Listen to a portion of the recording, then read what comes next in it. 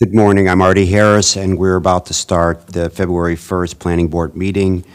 Our first item, preliminary matters, adoption of resolutions. We have two this morning.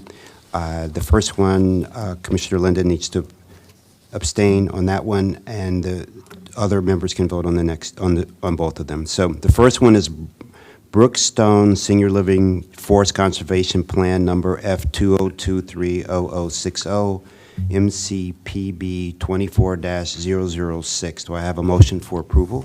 I move to approve. Seconded. All in favor? Aye.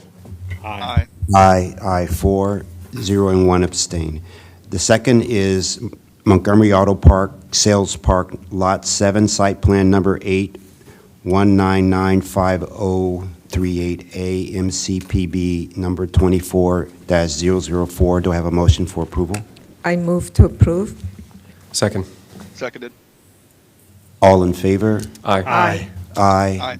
Ayes have it, 5-0. The next is approval of minutes. The first is minutes from January 11th, 2024. Do I have a motion for approval? All can vote on this. I move to approve. Second. All in favor? Aye. The ayes have Aye. it, 5-0. The next is minutes of January 18th, 2024. Do I have a motion for approval? Move to approve. All in favor? Aye. Oh, Aye. oh, is there a I'll second? Okay. Second. All right. Commissioner Bartley, seconded. All in favor? Aye. Aye. 4, 0, 1 abstain. The next is preliminary matters.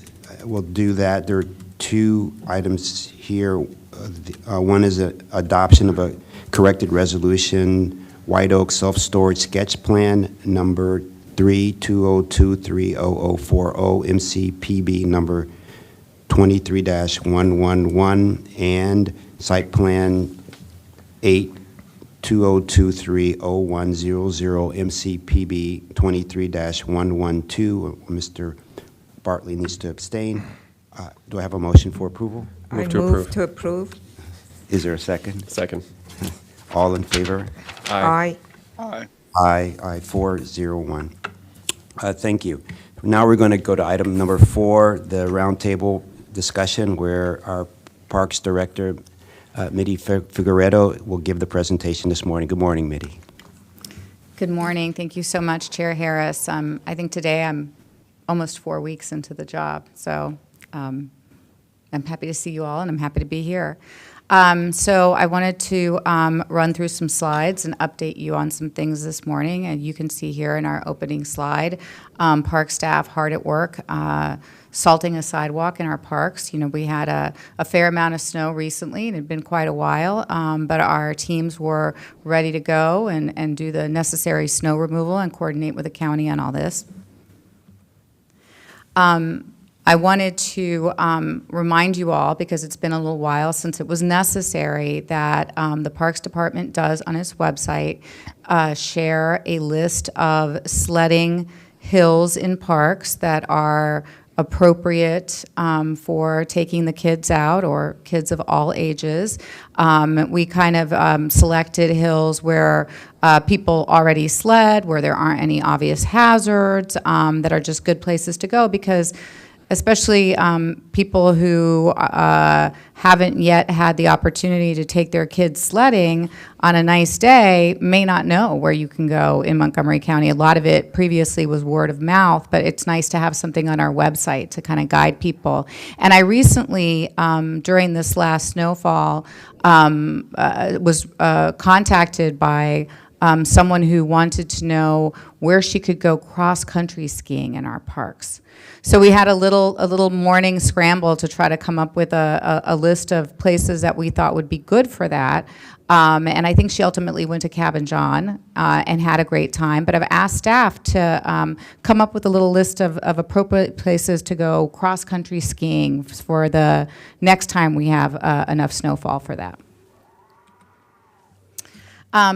This past Friday, Chair Harris and Planning Director Jason Sartori and I briefed the Montgomery County State Delegation on projects and priorities, and I discussed the PROS plan with them and gave them an overview, talked about how we're delivering projects and creative ways we're funding projects, and how we're trying to do more equitable outreach.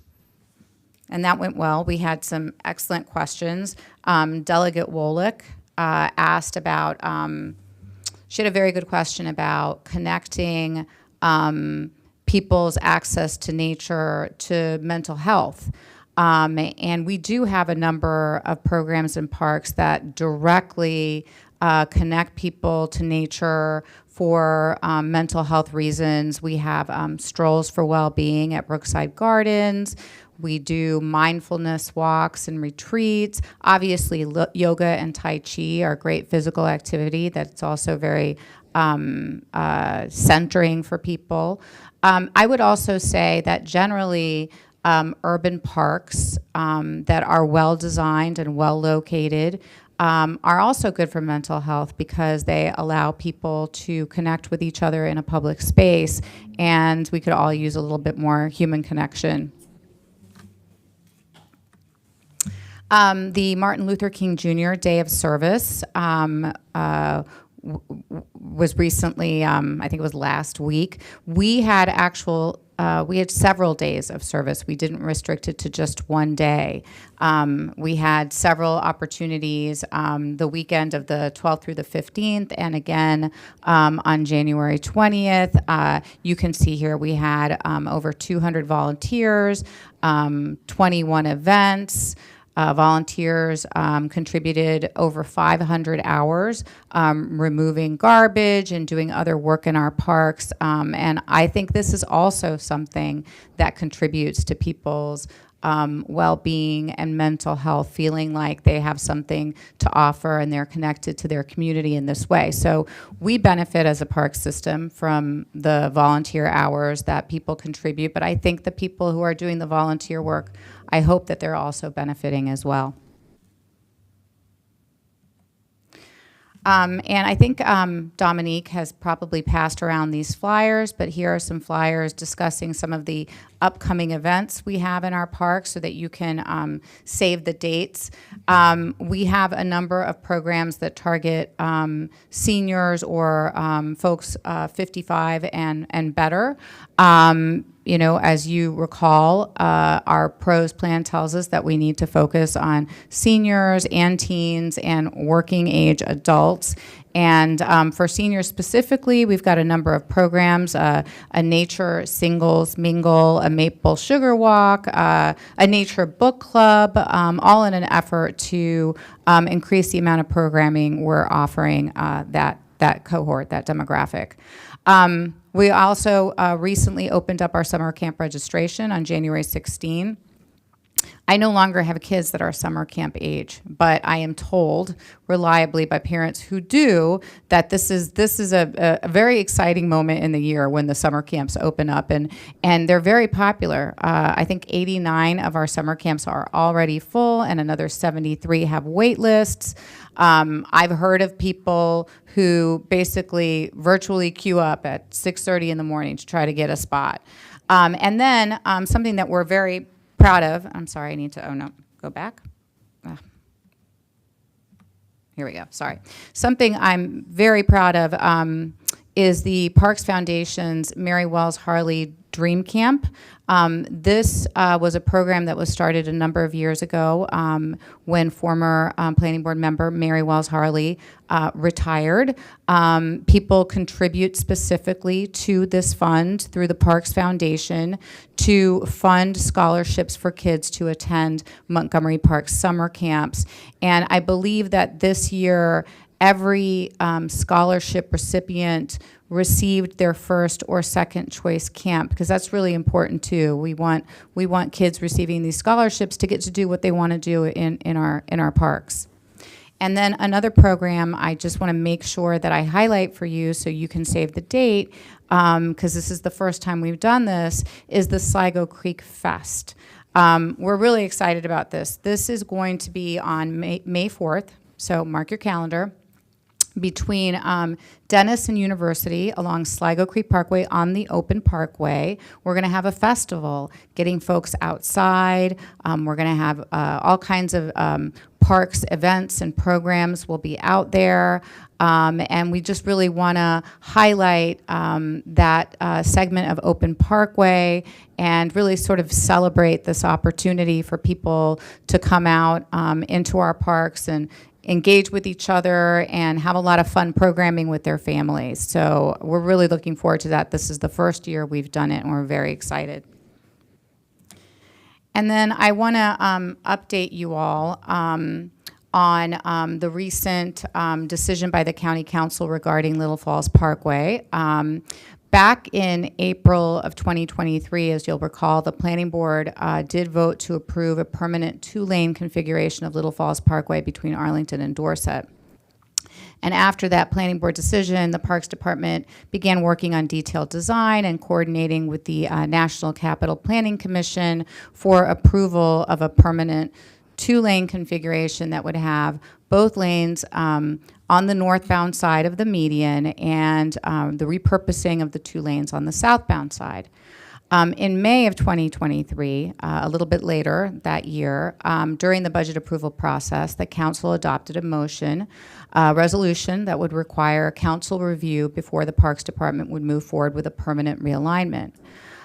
This past November, the Parks Department presented to the Planning, Housing, and Parks Committee the Planning Board approved alignment as well as a council requested alternative that would implement the lane reconfiguration with one lane on either side of the median as an alternative to the two lanes on the northbound side of the median. The Planning, Housing, and Parks Committee approved that alternative with from Hillendale to Dorset with one lane on either side of the median. They left open the question of what to do, if anything, with the remaining asphalt. And they also recommended a permanent road diet between Hillendale and Arlington at the Capitol Crescent Trail crossing where back in 2016, cyclist Ned Galen was killed. The council on January 23rd took up the recommendations of the Planning, Housing, and Parks Committee and approved the council recommended alternative from Hillendale to Dorset. You can see a cross-section of this segment on the slide with one lane on either side of the existing median, retaining the pavement on the outside of the northbound lane, which will be blocked off. It'll be for emergency use only and striped accordingly. And then creating a two-way cycle track on the southbound side, on the other side of a buffer along the southbound travel lane. Again, the segment between Hillendale and Arlington will be permanently modified with the removal of pavement to implement a two-lane configuration along that segment.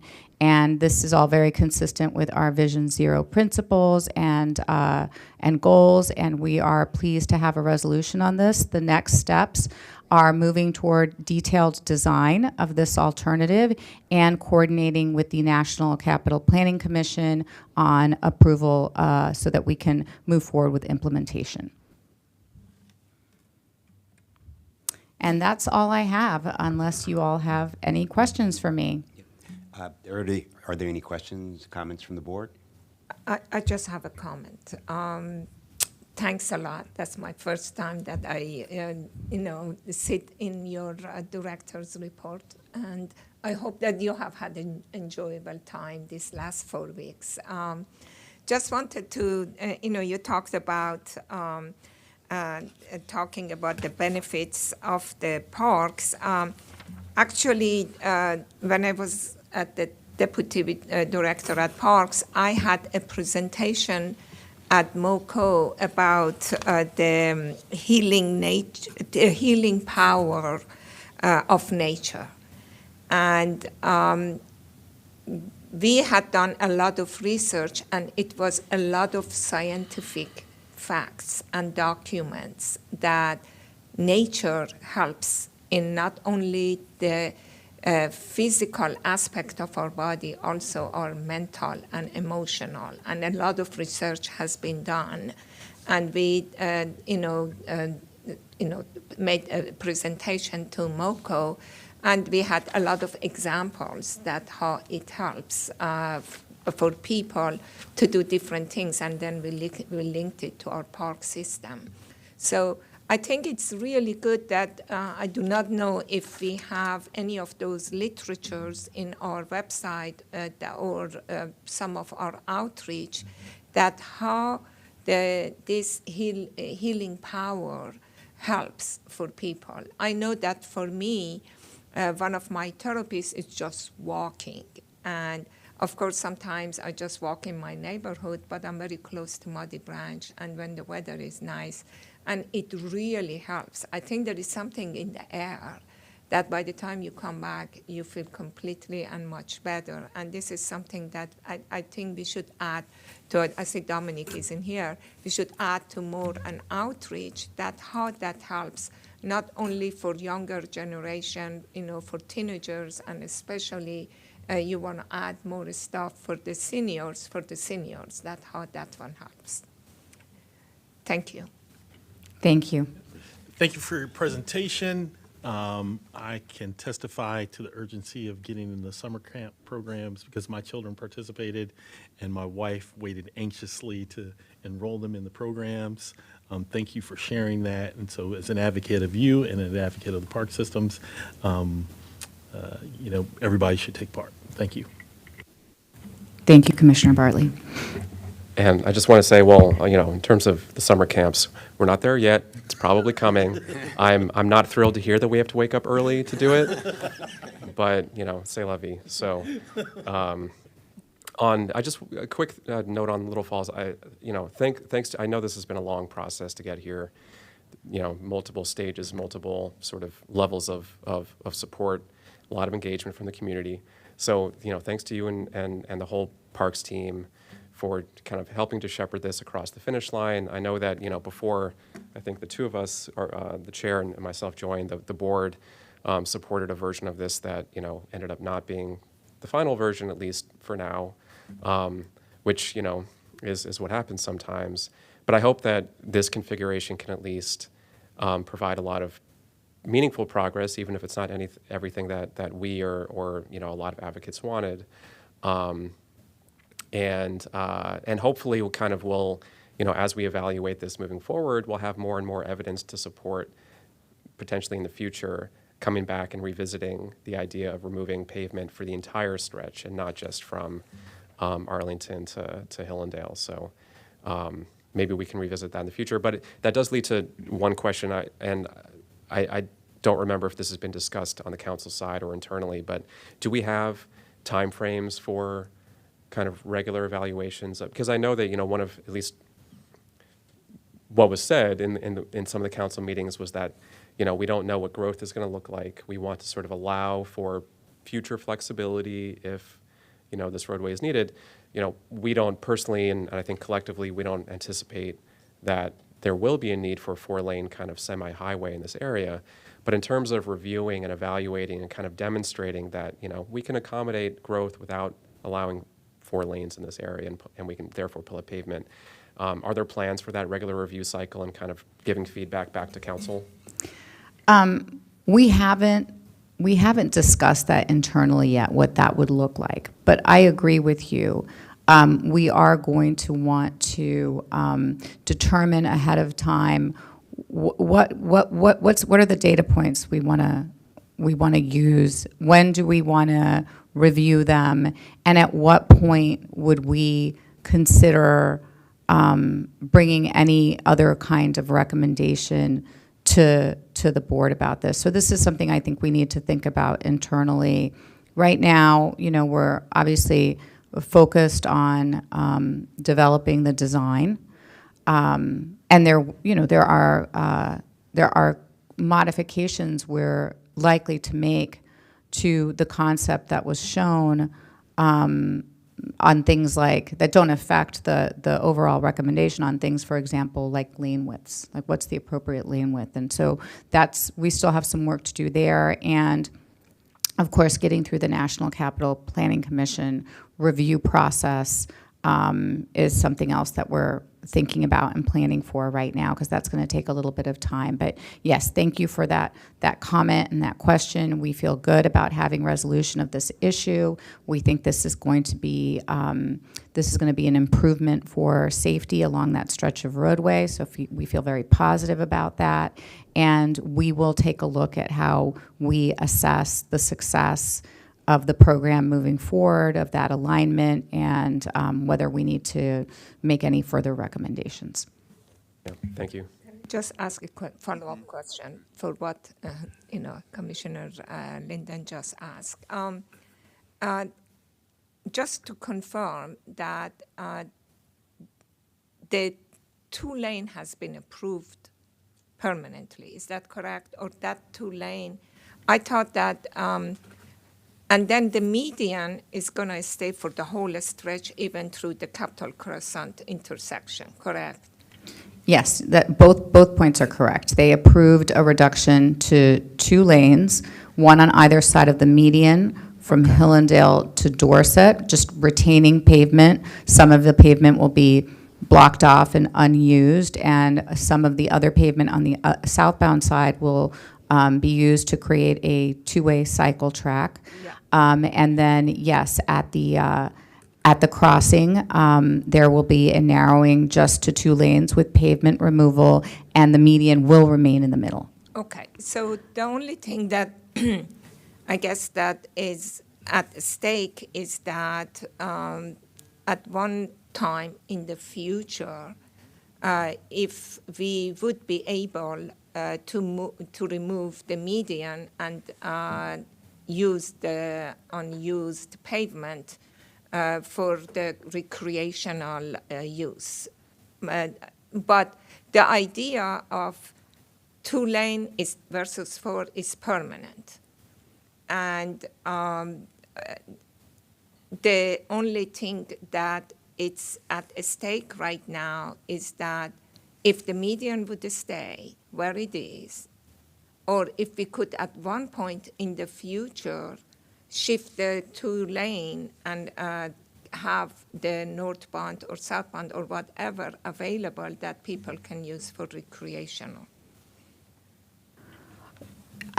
So the direction from the council was to retain the median and have 1 lane on either Yes. side of the median going forward. That's the alignment we're moving forward with, Okay. per the direction of the council. Okay. Great. Yeah, thank you for bringing the board up to speed on your work. Great activities in the parks. They all are very interesting to me, especially this Maple Sugar Walk. But I'm going to make a commitment to go visit the Josiah Henson Amusement Park within the next 30 days. So that's We did the maple sugar thing, and it was pretty awesome. We did it at Brookside Gardens. It was great. I have pictures, too. It's really cool. Great. Thank you so much. And we're going to go on to item number 5. It's a closed session item, so I'll read the description. According to Maryland Annotated Code, General Provisions, Article 3-305B3, to consider the acquisition of real property for public purpose and matters directly related to acquisition. The topic to be discussed is the West Bard Urban Recreational Park. Do I have a motion to go into closed session? I move to go to closed session. Second. All in favor? Aye. Aye. Aye, the ayes have it. We will return from closed session at 10:45, approximately. All right, thank you so much.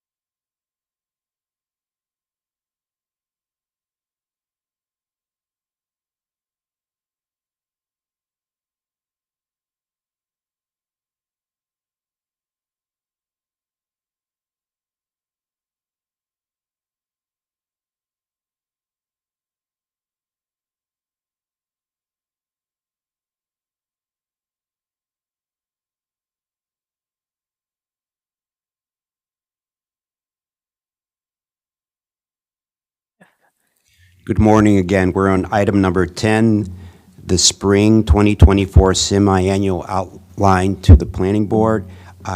This morning, the planning director, Jason Sartori, and the parks director, Mitty Figueredo, will be presenting. Good morning. Good morning, Chair. For the record, Jason Sartori, Montgomery County Planning Director.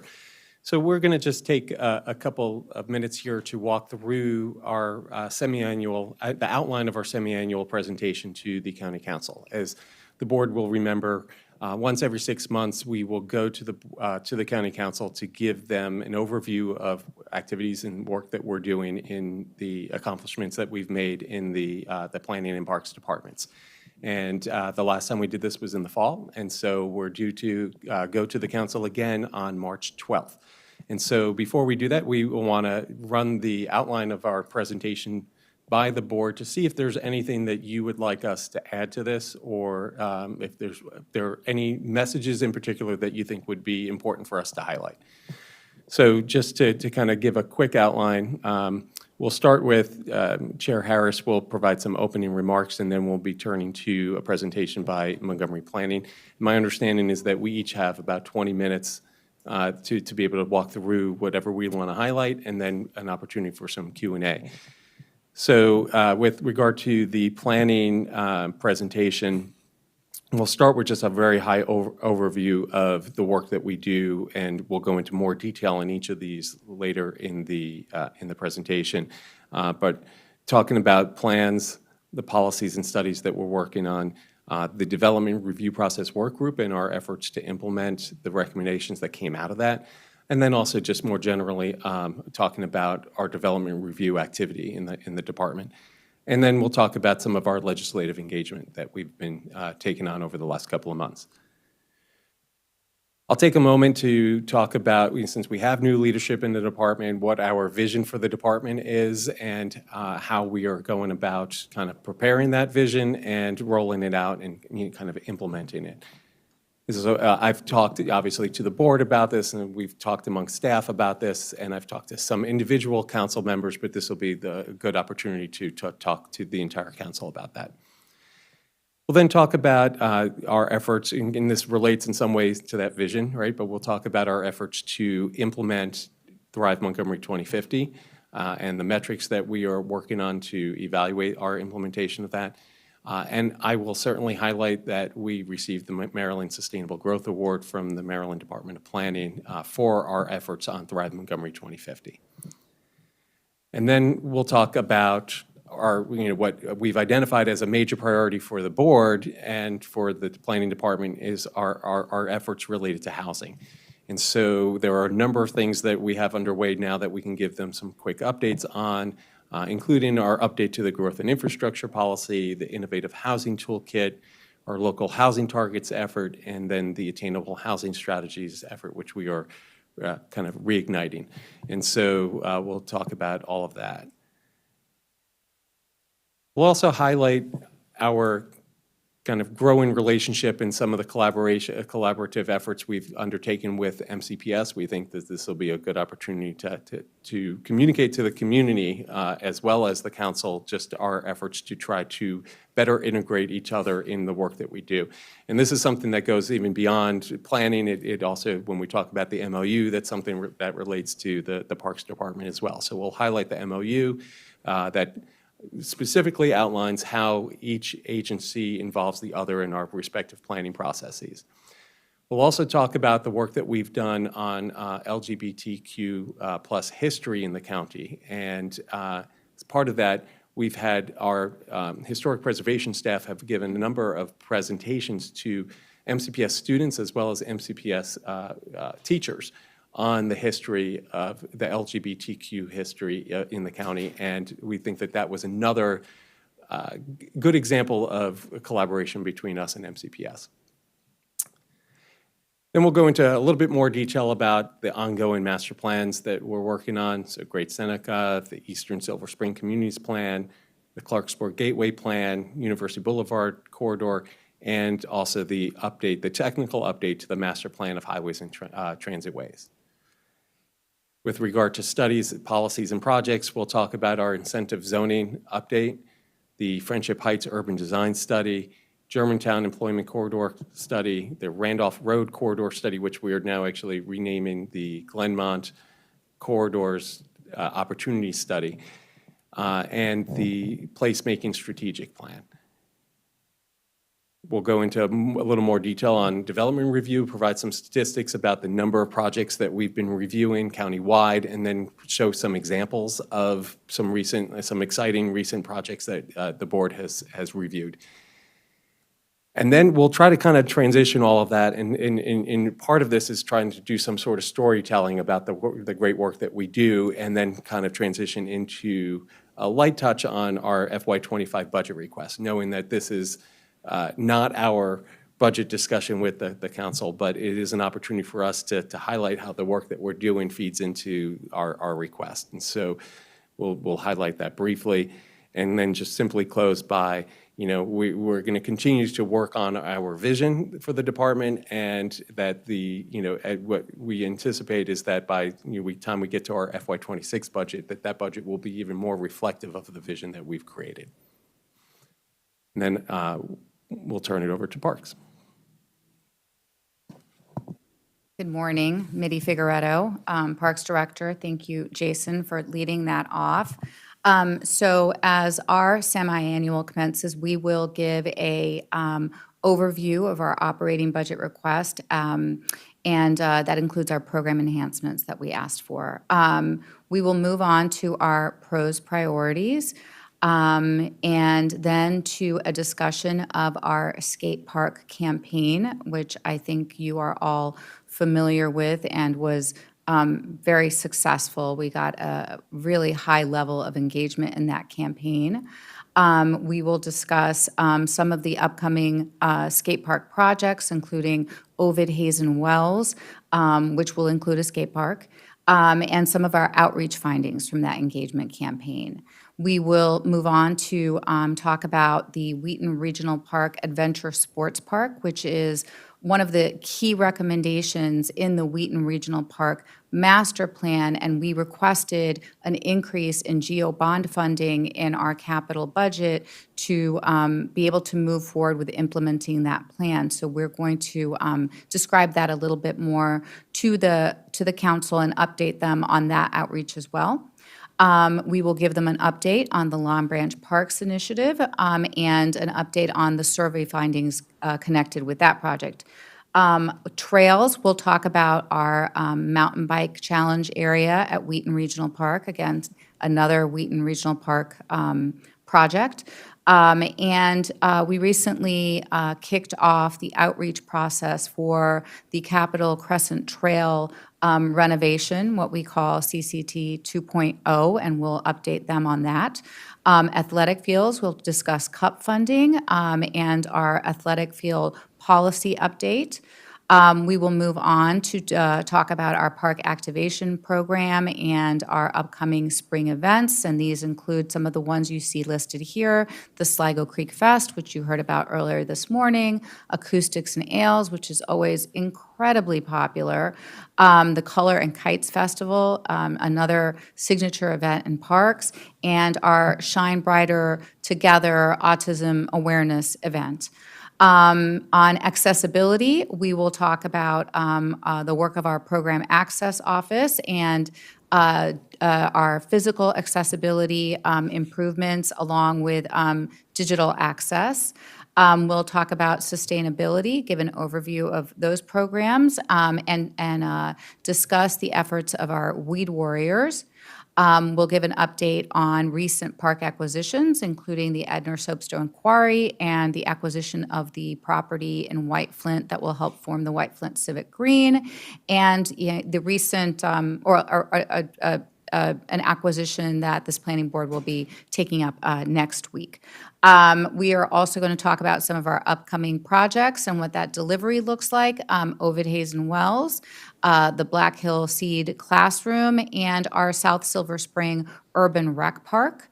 We'll describe some upcoming park refreshers, Strathmore, Carolyn Freeland, and Columbia local parks, and talk about technology in parks and how that relates to community gardens and some of our data efforts there and volunteer services.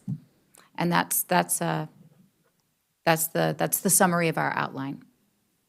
Thank you. Great. You'll have a full presentation based on what you've outlined here. So are there any comments, questions from the board? Oh, yeah, please. Really good. Just a few suggestions. Since you are going to be, you said March 12th, correct? Okay, I put it on my calendar.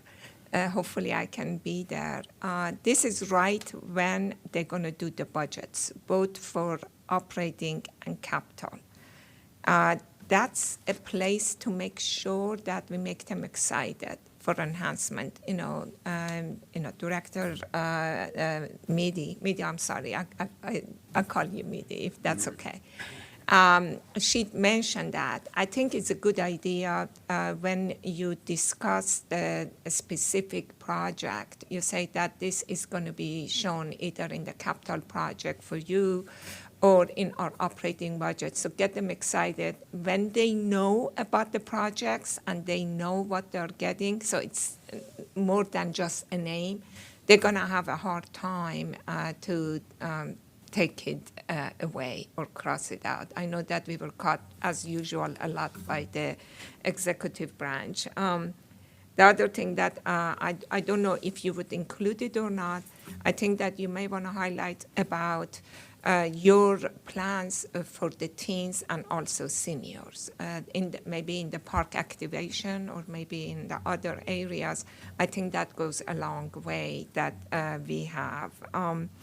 I don't know, Jason, for the bills that right now they're in Annapolis, there are a lot of bills are going for the affordable housing. I don't know how that relates to some of your programs. By then you may know the fate of some of those bills.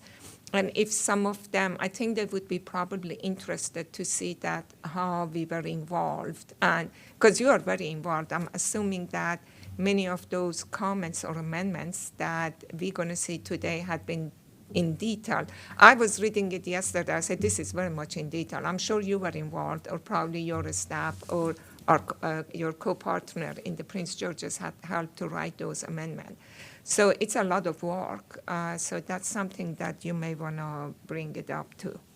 Thank you. Sure thing. Thank you. Any other comments, questions? Yeah, just very briefly. First, thank you. I love seeing presentations like this because it just reminds me of like all the exciting work that is going on and across many different areas and topics and parts of the county. So hopefully, this will come to count. Hopefully they'll kind of receive it the same way. Just a couple of thoughts on both sides. And you may already be thinking about this, so apologies if I'm saying things you've already discussed. One of the things that I've been thinking about with regard to housing is, and questions have come up, I think, about this periodically, is trying to understand kind of the relationship of project to project, of initiative to initiative. And I think over time, I think we've got a better handle on that. For example, how do local housing targets relate to attainable housing, relate to potential ZTAs in the future or master plans.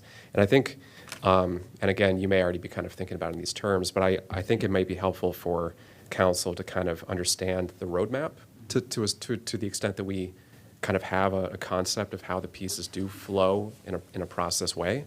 They're not in the weeds of it all the time, and there's so many good things here, and I imagine that at least those council members who aren't on the PHP committee, for example, may appreciate some kind of roadmap approach to at least on the housing side, because there's so much good stuff there, and it can get very technical in a good way. That's a good suggestion. Yeah. The another thought on the planning side, and this one is a little bit harder for me to kind of maybe communicate clearly, but I'd like us to find a way to kind of elevate climate change as a top-level category. And I don't know exactly what that means in this presentation. I know that we talk about, I think the climate assessment tool as part of an update to, it's within our maybe projects. Yeah, within the projects section or maybe elsewhere. Oh, it's within the budget request, yeah.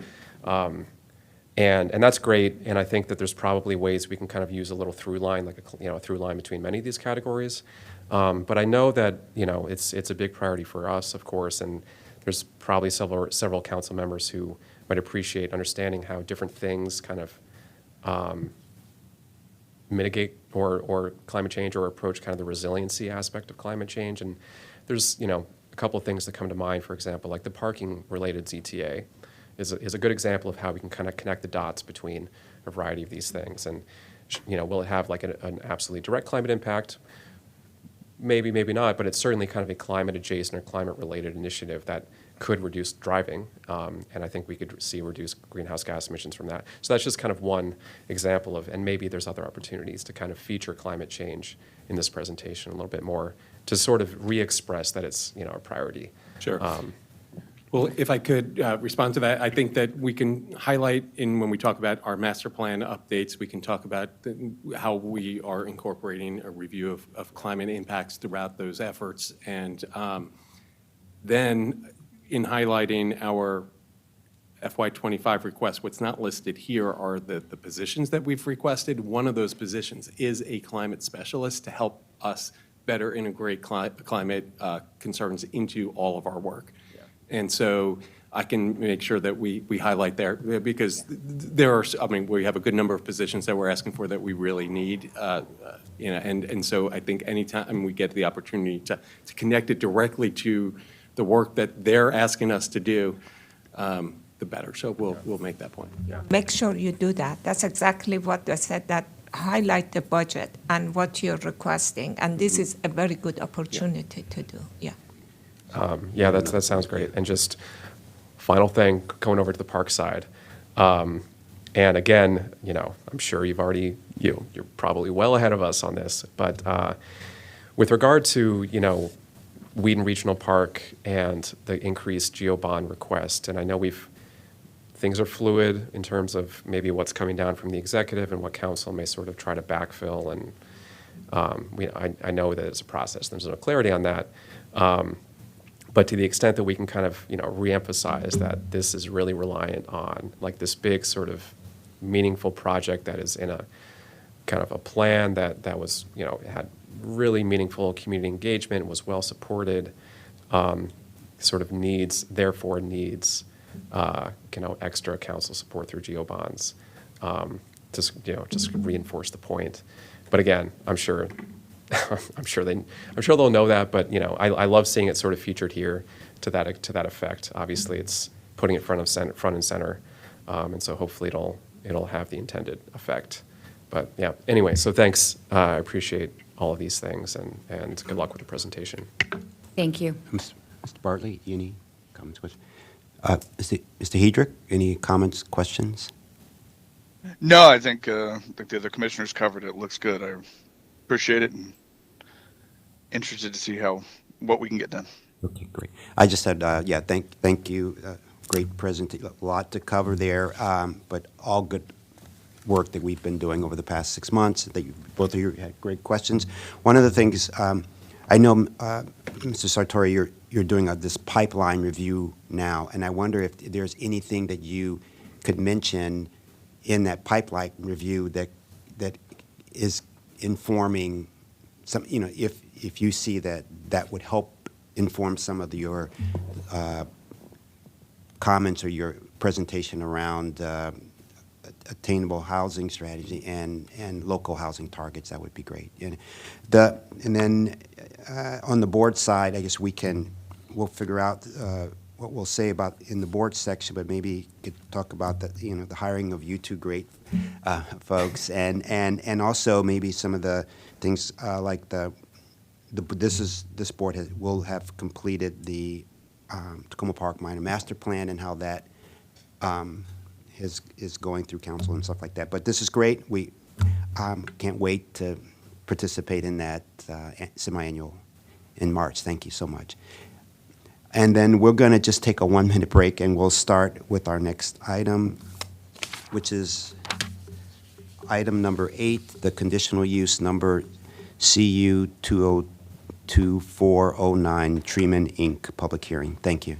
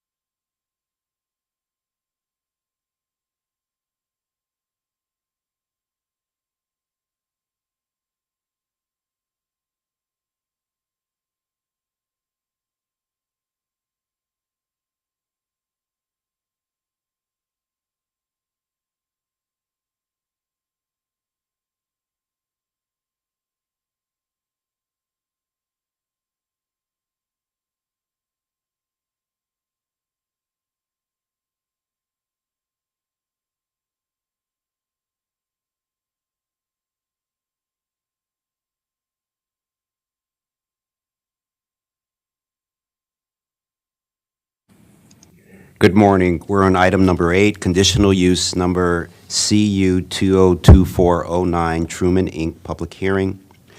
Forest conservation and conditional use number CU 202409. With respect to the forest conservation plan, staff is recommending approval with conditions to the planning board. And the second, and with respect to the conditional use, the staff is recommending approval with conditions to be transmitted to the hearing examiner.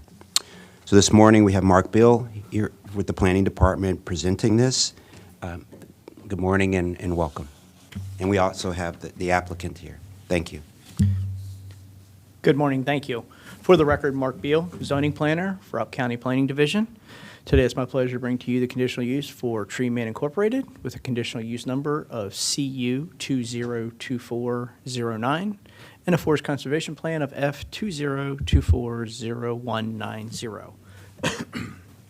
Staff is going to be recommending approval with conditions for the landscape contractor use as well as the forest conservation plan. The property is located at 2030 Spencerville Road, where the dot is. It is to the west side of Burtonsville. The staff-defined neighborhood, as outlined in Goldenrod, is shown here in the map. The property is on the north side of Spencerville Road, halfway between Peach Orchard Road and Batson Road. The properties to the east, south, and west are all zoned RE1 and are made up of single-family detached houses. There's a religious assembly use, as well as a landscape contractor use here. The property to the north is zoned RC, and it's a continuation of that same landscape contractor. And the properties down here to the southwest, we have one that is zoned GR, which is general retail, which has a deli. And then the properties over here are zoned NR, which is neighborhood retail, and we have a U-Haul facility with an auto repair shop. And staff did not locate any conditional uses or special exceptions in the neighborhood. Property is comprised of 2.1 acres and is zoned RE1. There is an existing house and shed in this location here. Behind that area is the location of where the landscape business will be. There are no streams, wetlands, or floodplains on the property. And the front portion of the property in here is located in the Upper Paint Branch Special Protection Area.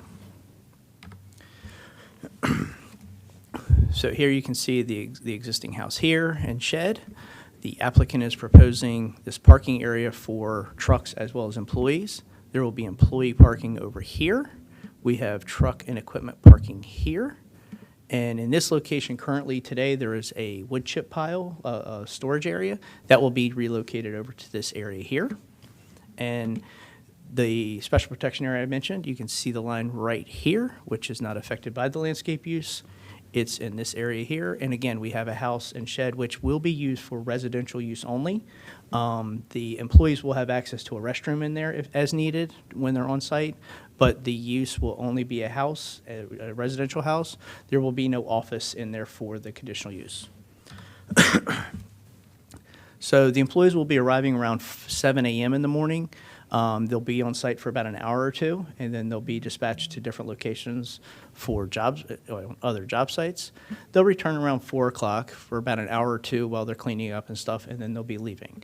So therefore, we recommended hours Monday through Friday, 7 a.m. to 6:30 p.m., and the applicant is not planning on any weekend work other than emergency situations such as storms or downed trees or branches or whatever, and that's just for the weekends as well as even after hours. So they may need to get in there for emergency situations. You can see the landscape plan here. Right now, there is a stockade fence around the entire property, and you can see the proposed landscaping around this area here. We have the stormwater management facilities in this area here, and I believe that was it. So the subject property is located in the 1997 master plan, Cloverleaf master plan. There's no specific recommendations for this master plan. And the property, I'm going to go back one slide, I apologize. As you can see, the front portion of the property is all the residential and open area. There's no landscape business there, and that's the way it is along all the front of the properties here, which is in the recommendation of the master plan. It talks about keeping that same look across the front of the property. The applicant is requesting 3 variances with this application.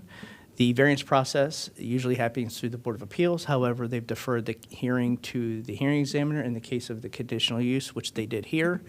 And you can see the 3 variances as requested, as outlined in the staff report. And at this time, I'll turn it over to the environmental planner, Josh Penn. Good morning. For the record, Josh Penn. We do have a final forest conservation plan submitted with the application. It is in compliance with Chapter 22A in the environmental guidelines. The property is a net tract area of 2.1 acres. There's no existing forest on the subject property, and it does have a afforestation requirement of 0.42 acres. The applicant is proposing to meet that at 16201, so it's off-site, but next door to the existing property, and they have submitted a planting plan with the application for that off-site area.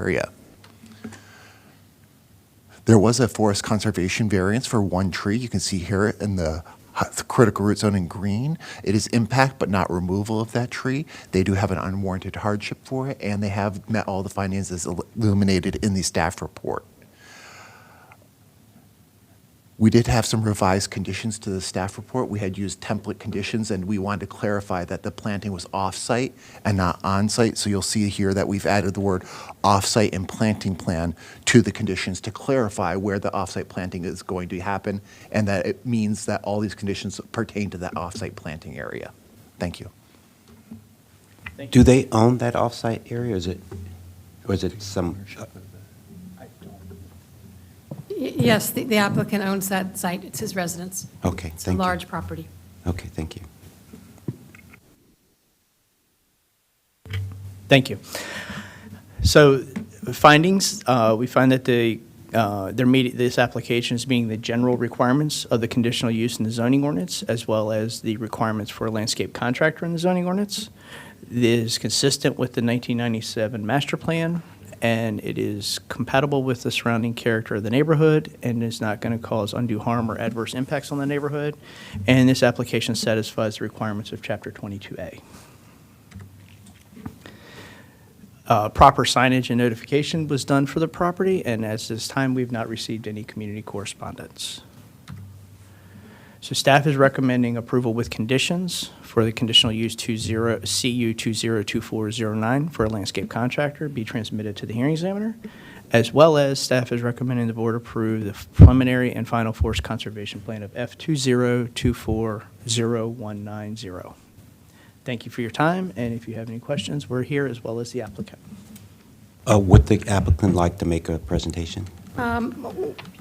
We don't feel like a presentation is necessary unless you would like it. We do have some images of the site, and we can go over the conditional use plan in more detail, if that would be useful. For the record, I'm Françoise Carrier with the law firm of Bregman, Berbert, Schwartz, and Gilday, and I'm accompanied by the applicant, Manny Manuel Polanco, and his wife, Nelsie, is with us also in the audience, and the project land planner, site designer, Michael Norton. I wanted to ask Mr. Beal, I believe there were 2 more small changes to the conditions that staff was going to show to the planning board.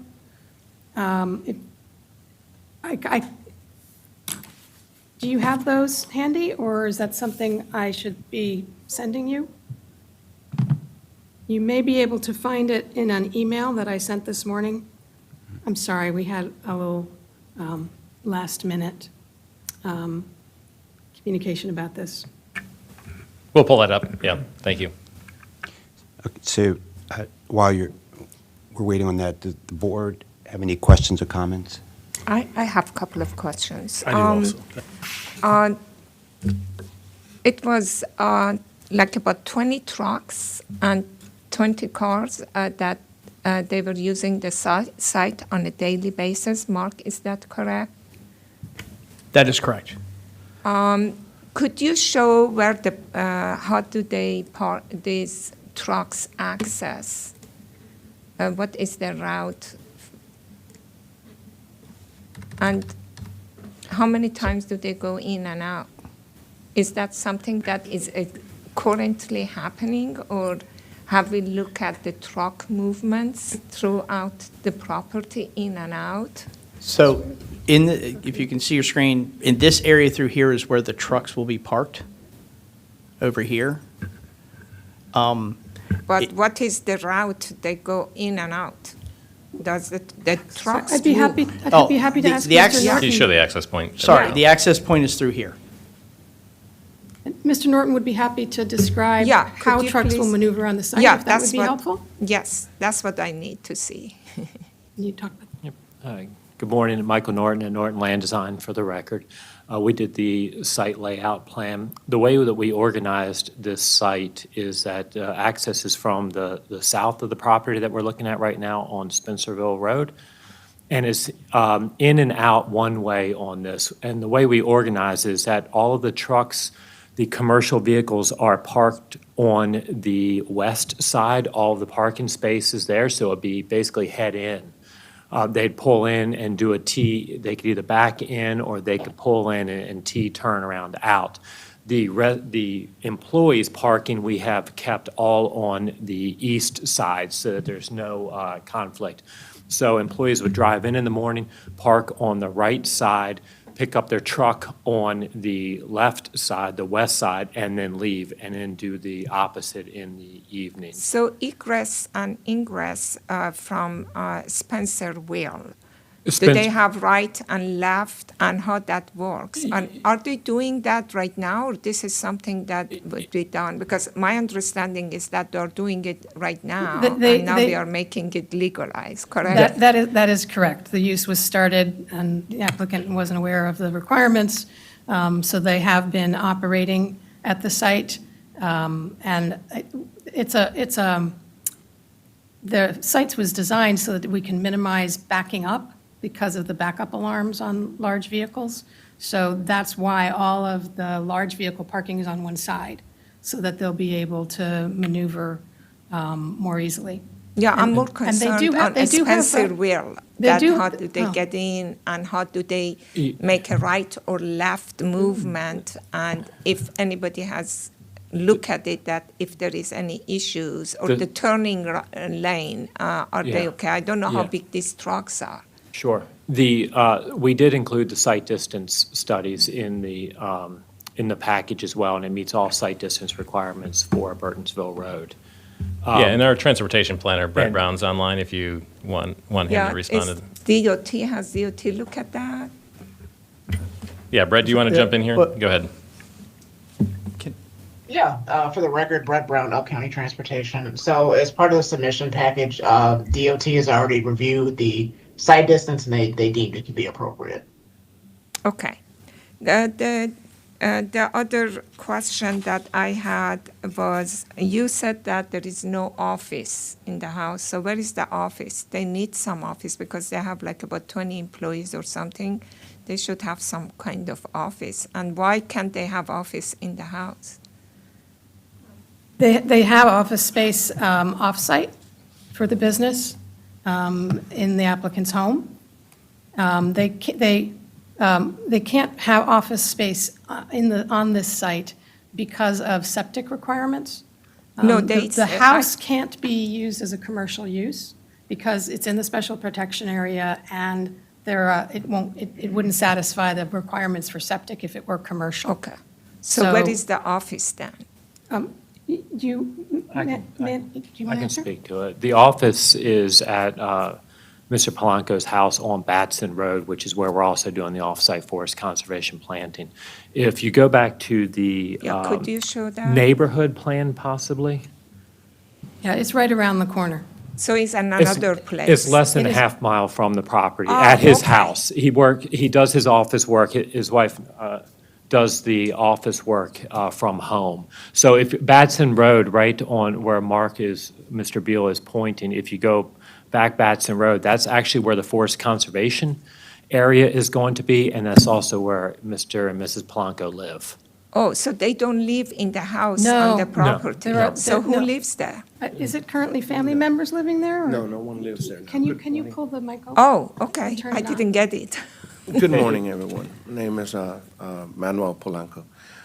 No one lives there at that house now. And as far as employees, I mean, we don't like gather in an office, if you will. It's more like I give them a ticket to go somewhere in the parking lot, and so we're not really gathering much per se.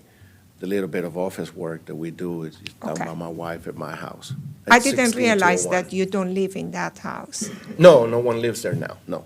So it's just being used as a bathroom. Kind of, sometimes, but I have a porta potty outside for the guys, Okay, But they do have access to use the bathroom in the house. if they like, yeah. yeah. Okay. There's a thank you. bathroom that's right near the side door.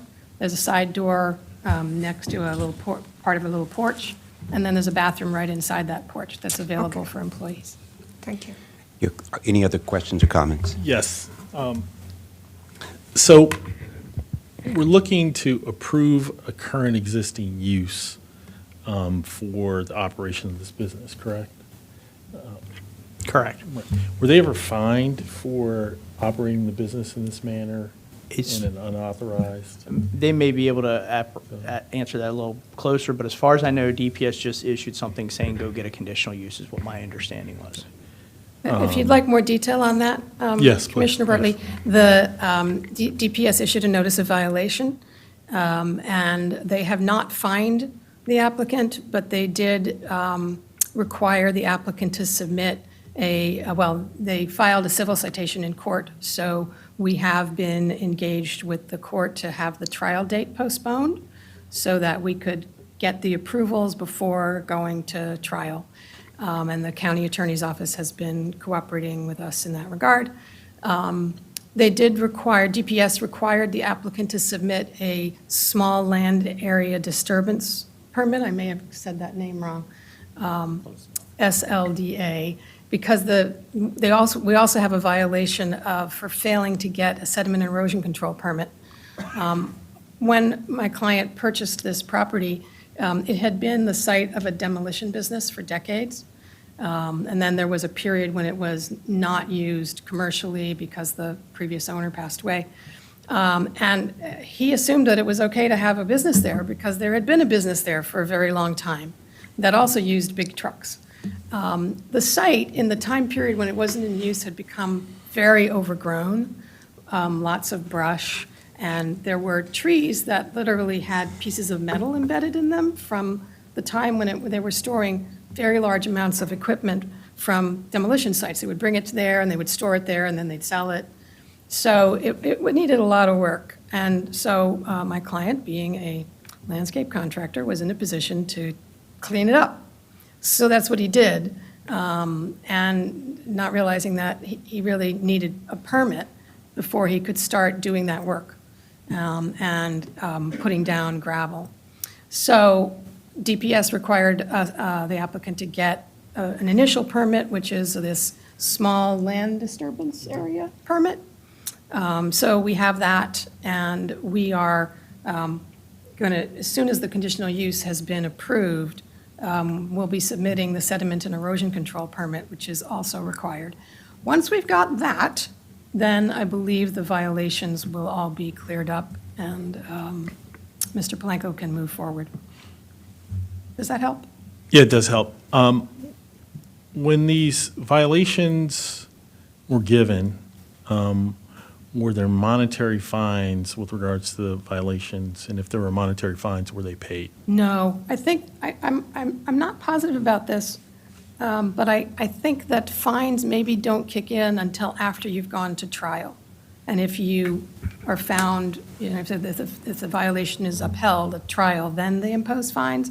But That's generally correct. So they've issued the notice of violation and given you steps to follow to correct the action before any type of hearing and fines and et cetera would be levied. So right now, they've been given a punch list that they're required to take next steps. Otherwise, DPS will continue action. And that is the regular policy for DPS. They're not there to collect money. They're there to make things right. And that's the normal way to do that. And they have been very diligent about keeping up with what we're doing and whether we're making progress towards our goals, because they gave us a deadline, and they are being, as I said, very, very diligent about that. And when this conditional use is granted, will it then make the trial moot? And will the trial then not Yes. go forward? Okay. Yes. I expect that once the conditional use is granted, the county attorney's office will file a motion asking to dismiss the complaint. I'm very familiar with 198 Spencerville Road, the Spencerville Deli, and Batson Road. As a matter of fact, on Batson Road, as you travel north towards the WSSC Reservoir, there are several development applications on that road, and I don't know if they'll come before us. But the reason why I'm pointing this out is that my familiarity with the road and the citizens' concerns with that road, it's curious that no citizens would have voiced an objection. In the morning, between the hours of 7:30 and 10 a.m., it is a heavily traveled road. And at the hours between 3, 6, it's a heavily traveled road. And my concern is the ingress and egress of 20 trucks, especially at Batson and 198, what that would do to traffic, and would it exacerbate traffic, and whether or not there's anything done to increase the exit and or entrance of the property so that traffic isn't further exacerbated. Because when you look at large commercial vehicles swinging in and out left or right, I think the entrance into the facility and the ability of the vehicles to get in and out is of concern to everyone who uses that thoroughfare. So that's a question, I think, for you all. Just one clarification, there are no large trucks using the Batson Road location, only But the what size are the Spencerville Road. trucks? I just want to be clear, this property is not on Batson at all. Only the homeowner. 198, right across the Oh, street okay, I from just want- Spencerville Deli. Sure. I'm intimately familiar with it. Oh, okay. All As a right. matter of fact, Batson Road was plowed better than 198 after the recent stores. The owner lives on Batson. That's what I just wanted to be clear. The operation is not on Batson. Right, I know, but the intersection, It's it's right- near the intersection it's of Batson pretty and close 198, to it. and across the street from Spencerville Deli. Correct, And- right. I'm sorry, before you do that, Mr. Norton, we believe there was a complaint to DPS from a neighbor, so neighbors were aware of this, and that's how this whole thing started. I can't explain why they've chosen not to participate in these proceedings. Please go ahead. I don't really have anything else to add, other than that the entrance it meets the commercial standards right now onto Route 198. If I might suggest, the applicant maybe can talk about how it's working, since he's doing this business now. I think staff, go ahead, Mark. Mark's So- just trying to say one thing really quick. Mark Beal again for the record. We have an email from SHA who looked at this project and said they are not recommending any improvements or any changes to the entrance or 198. They said that what they see is sufficient for the operation of the business. So I do have an email. I believe it was in one of the attachments to the staff report.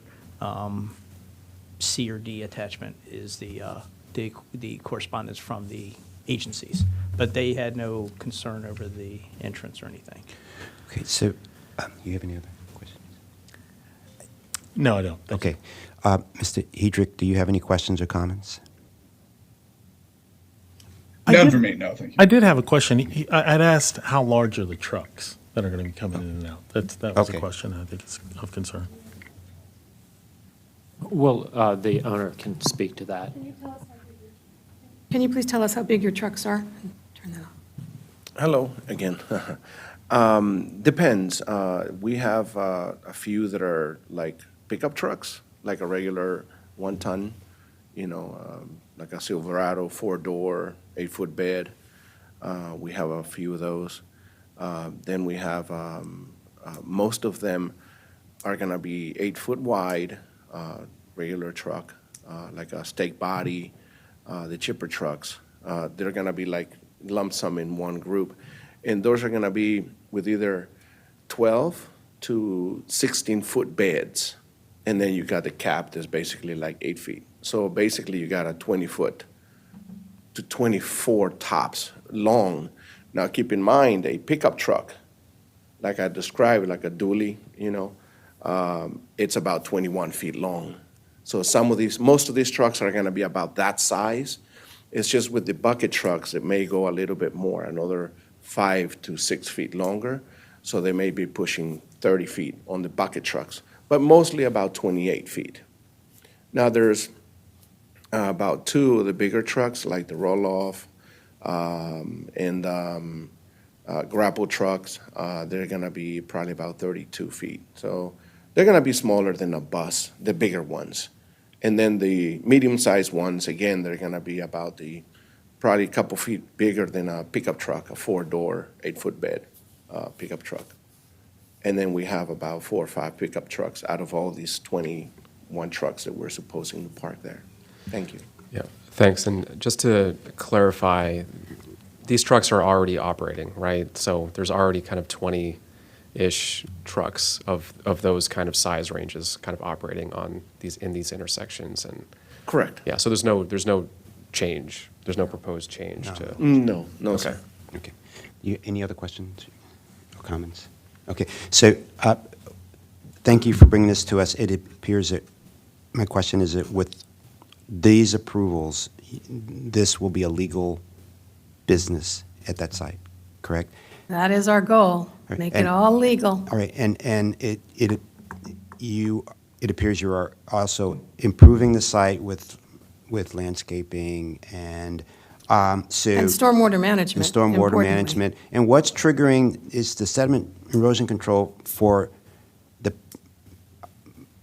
the past or for what you're going to do right now? Why do you need to- It's for the past, because Mr. Polanco wanted to clean up the site, which was, as I said, very overgrown and a jumble of discarded parts and stuff. And Huge so, rats, too. I'm sorry, I didn't mean to cut you off. There was a plethora of animals living there. I mean, there was foxes. I'm sorry, I didn't mean to cut you off. That's You're my attorney. totally fine. No worries. This is too bad when you cut your attorney off, right? Yeah. So what happened was, Mr. Humes, he operated That for was the about previous 50 owner. Yeah, 50 years.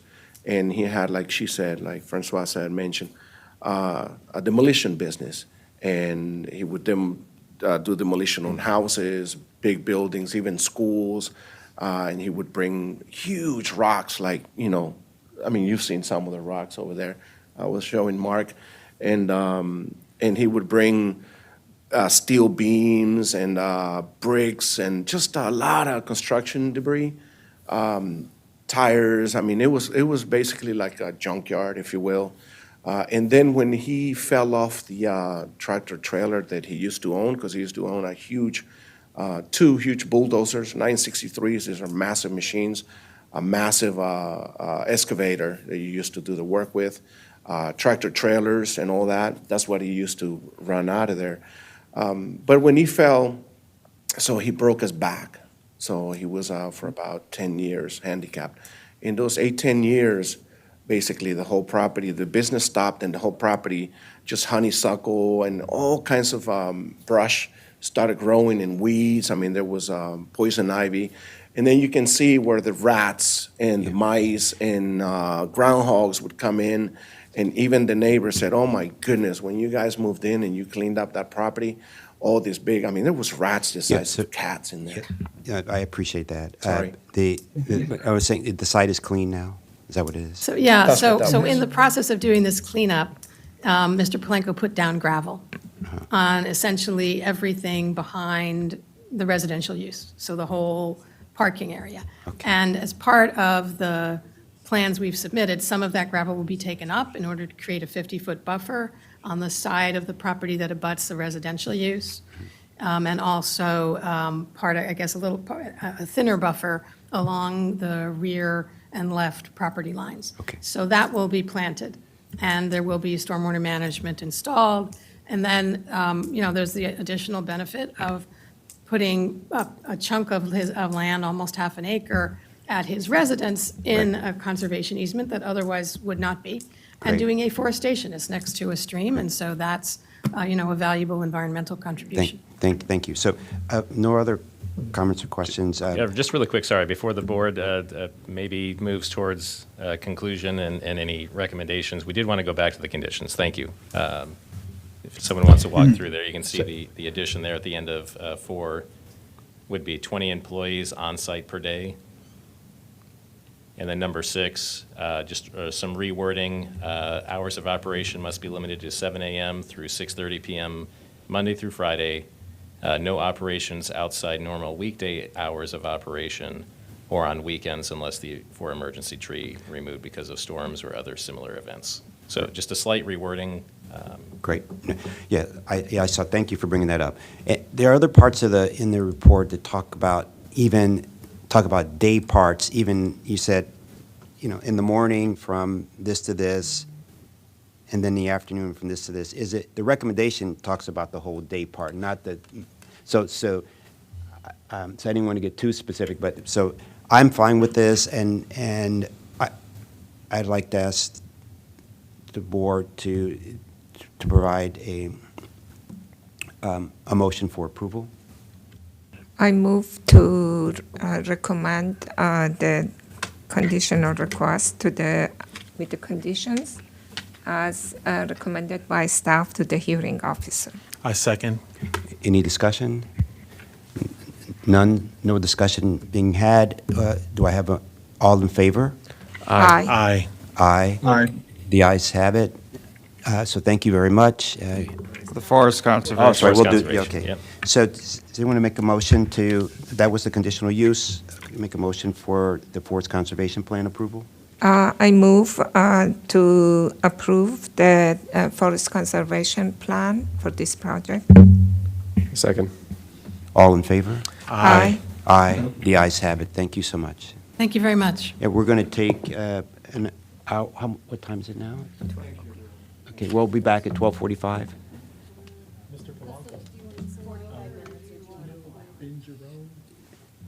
45 minutes is good enough. Yeah, we'll be back at 12:45. Thank you.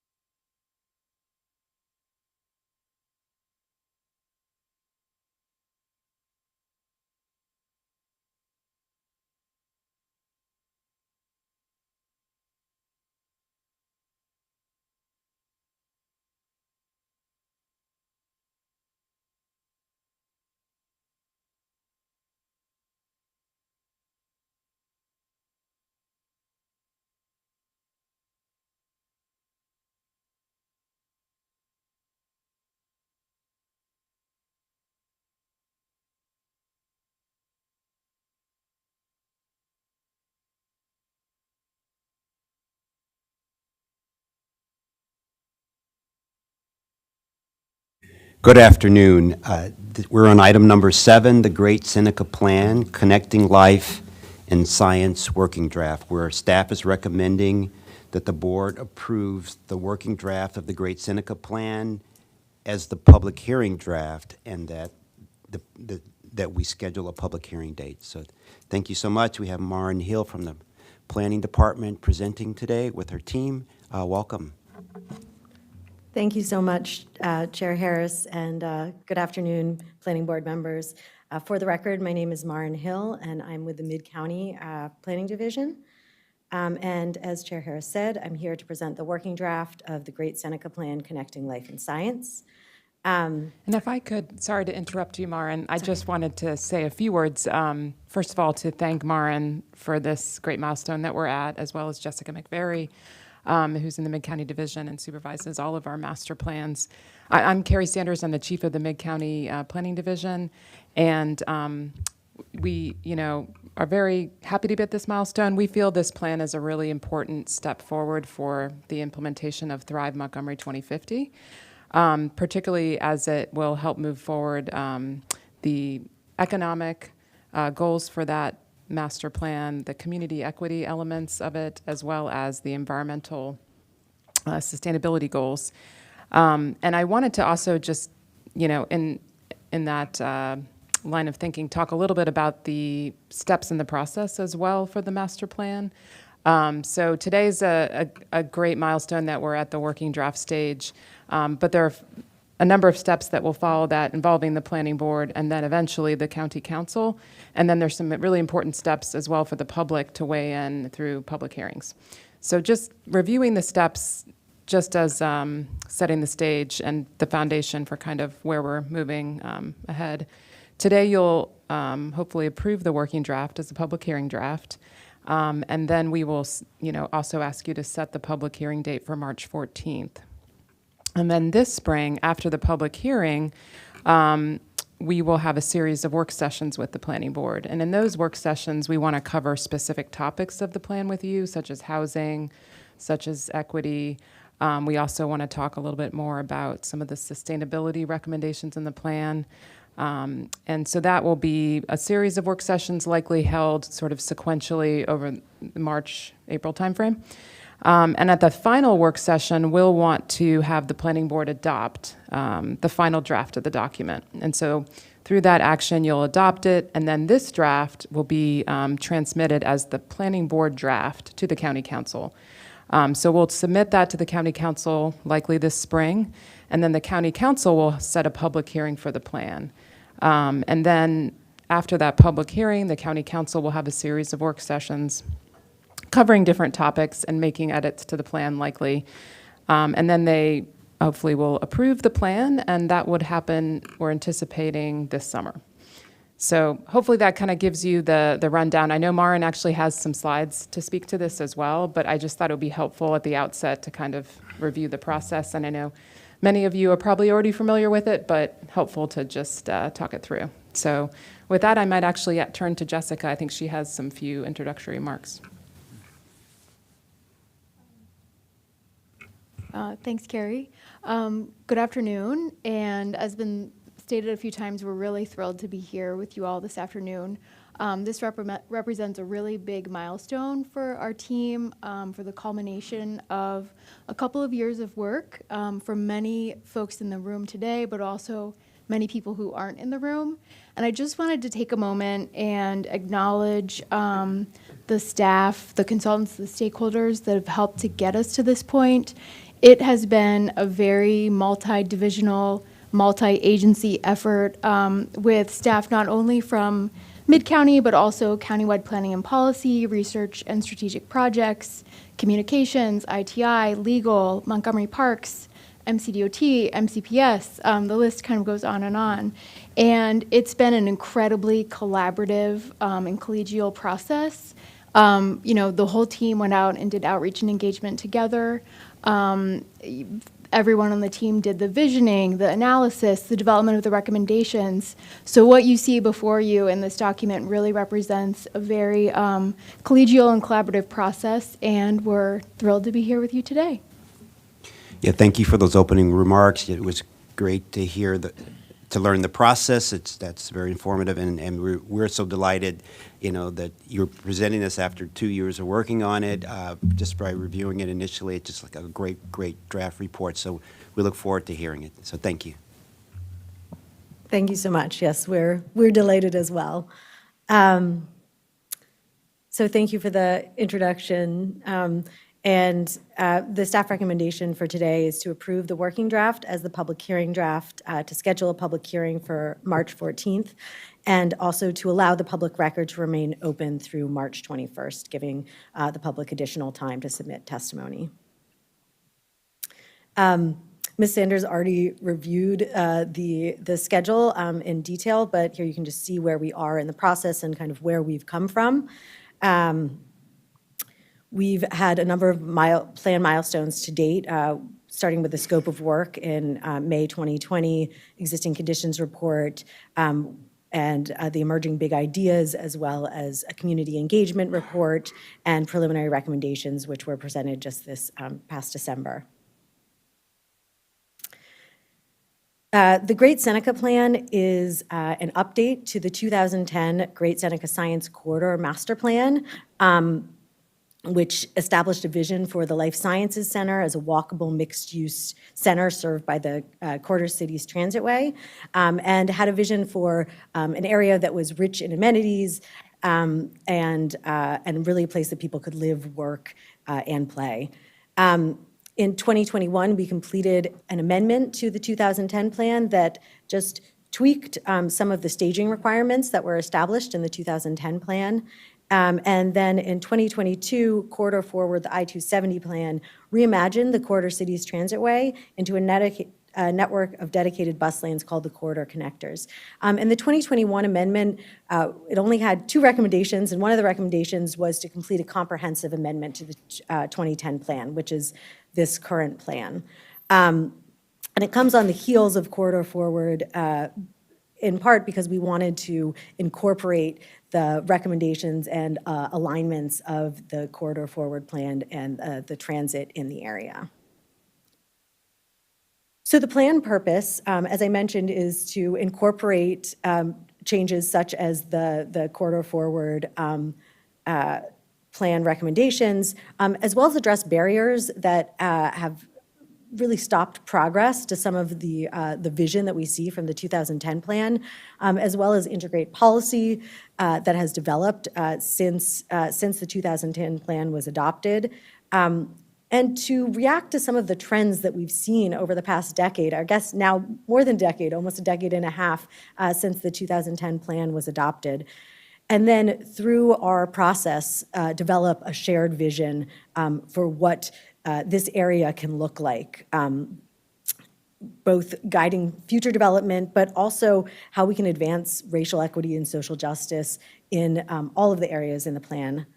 And then finally, this area is, as you heard last week during the life sciences study presentation, this area really is the life science epicenter for the county. So attaining, retracting, and growing the life sciences and healthcare industries in this area is a top priority for the plan. As you may remember, the Great Seneca Plan is a large plan. It also has non-contiguous boundaries. You can see it outlined in red. The city of Gaithersburg is right in the middle, and it also borders the city of Rockville to the east and the town of Washington Grove to the northeast. It's right on the I-270 corridor and just touches the inter-county connector as well. As I mentioned, the plan area is non-contiguous. It incorporates these 8 different areas, distinct areas. We will be focusing on the Life Sciences Center, which is labeled number 1, and that is the area that we've really seen the most growth and development, the most changes. It's also adjacent to areas such as Downtown Crown and Rio Lakefront that are also seeing more development and changes, as well as planned transit and other infrastructure. We also have a number of recommendations for the Londonderry area, which is labeled 2, which is adjacent to the National Institutes of Standard and Technology, where we're recommending an increase in the residential capacity in the area. For the other areas, we do have limited recommendations, but they are limited. So we'll try to get through all of these, but with real focus on the Life Sciences Center. So the plans, briefly, the plan's demographic data, the plan area has an average smaller household size, has a lot larger renter population than the rest of the county or compared to the city of Rockville or Gaithersburg, and a lower median income. It tends to be a slightly younger average age than other parts. It's where it's growing. All the other parts of the county we've seen, or county as a whole, as well as the city of Gaithersburg and city of Rockville, we've actually seen a decrease in that age demographic. In terms of racial and ethnic demographics, the plan area really tracks very closely with the county. As you can see, there are some slight differences, but it really reflects in a way the county as a whole. So as I mentioned, this is a very dispersed area, and these demographic characteristics cover the whole plan area. But where you can kind of tease out some of those differences, I think, is in this graphic. This shows the rents, the average rents in the plan area, in the Life Sciences Center, and in the Londonderry. As you can see, the Life Sciences Center has higher rents than the county on average, where in the Londonderry, where we see much more subsidized and naturally occurring affordable housing, we see much lower rents than the county on average. So just to kind of tease out that there are differences even within the plan area, in the demographic data, in what we see as the rents and the development.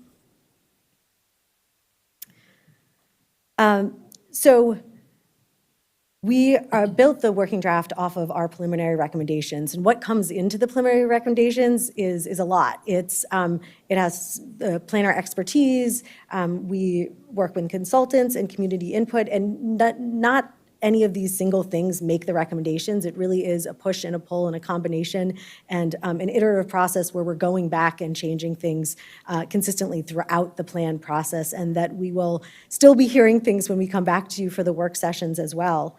And if I could add briefly, Maren, the presentation you received last week is an example of the expert analysis, because the consultants that provided research on the life sciences industry is something that's helpful for us to see on a national level, and so that plugged into the work and provided some data that's helpful for our planning efforts. We often do that with master plans. We will have specific studies that our research team will look at in order to inform specific recommendations.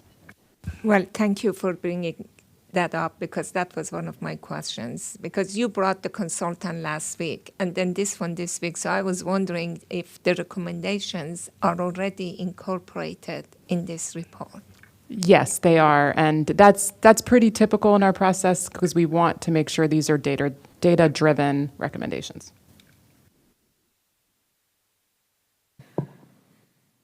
So as Ms. Sanders mentioned earlier, we did a lot of community outreach, and it was really important to us to level the playing field as much as we could in terms of information by providing education, materials, so that people were coming at the process from a similar point, and then also to provide a variety of ways to get involved. As Ms. Sanders mentioned, I think we held 5 in-person community meetings. We held a number online. We had pop-up events where we went out into the community, by groceries stores, at the universities, at Shady Grove, and then we literally went and knocked on people's doors, thousands of doors. So we did all of this and got a lot of feedback that is incorporated into the recommendations found in the working draft. As Ms. Sanders just mentioned, we also relied on outside expertise, like the study that you heard a presentation on last week. We incorporated those findings into the working draft, as well as the Urban Land Institute's technical assistance panel.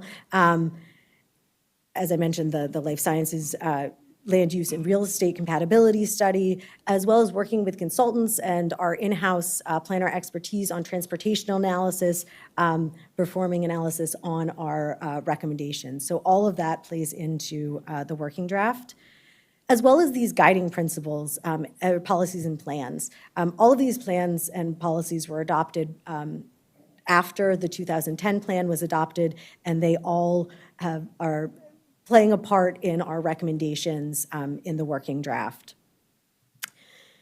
And really, all of those plans and policies, those guiding plans and policies, have been integrated into Thrive Montgomery 2050 in different ways.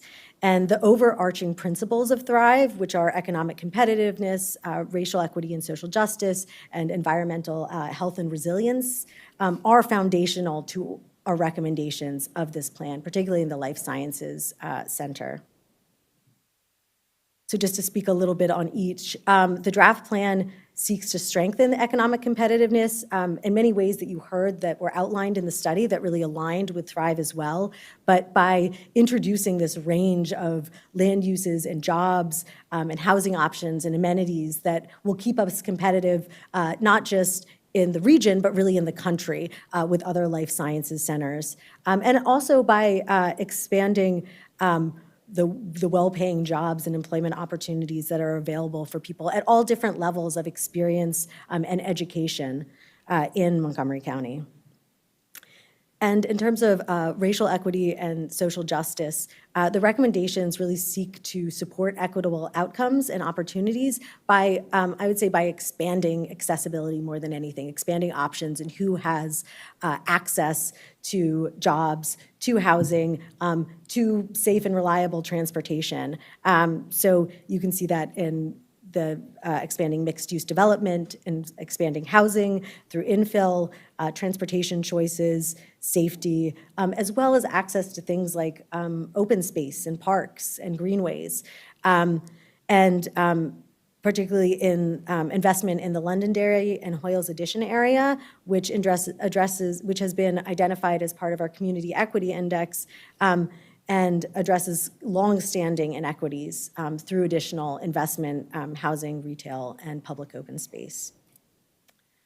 The draft plan also seeks to further environmental health and resilience.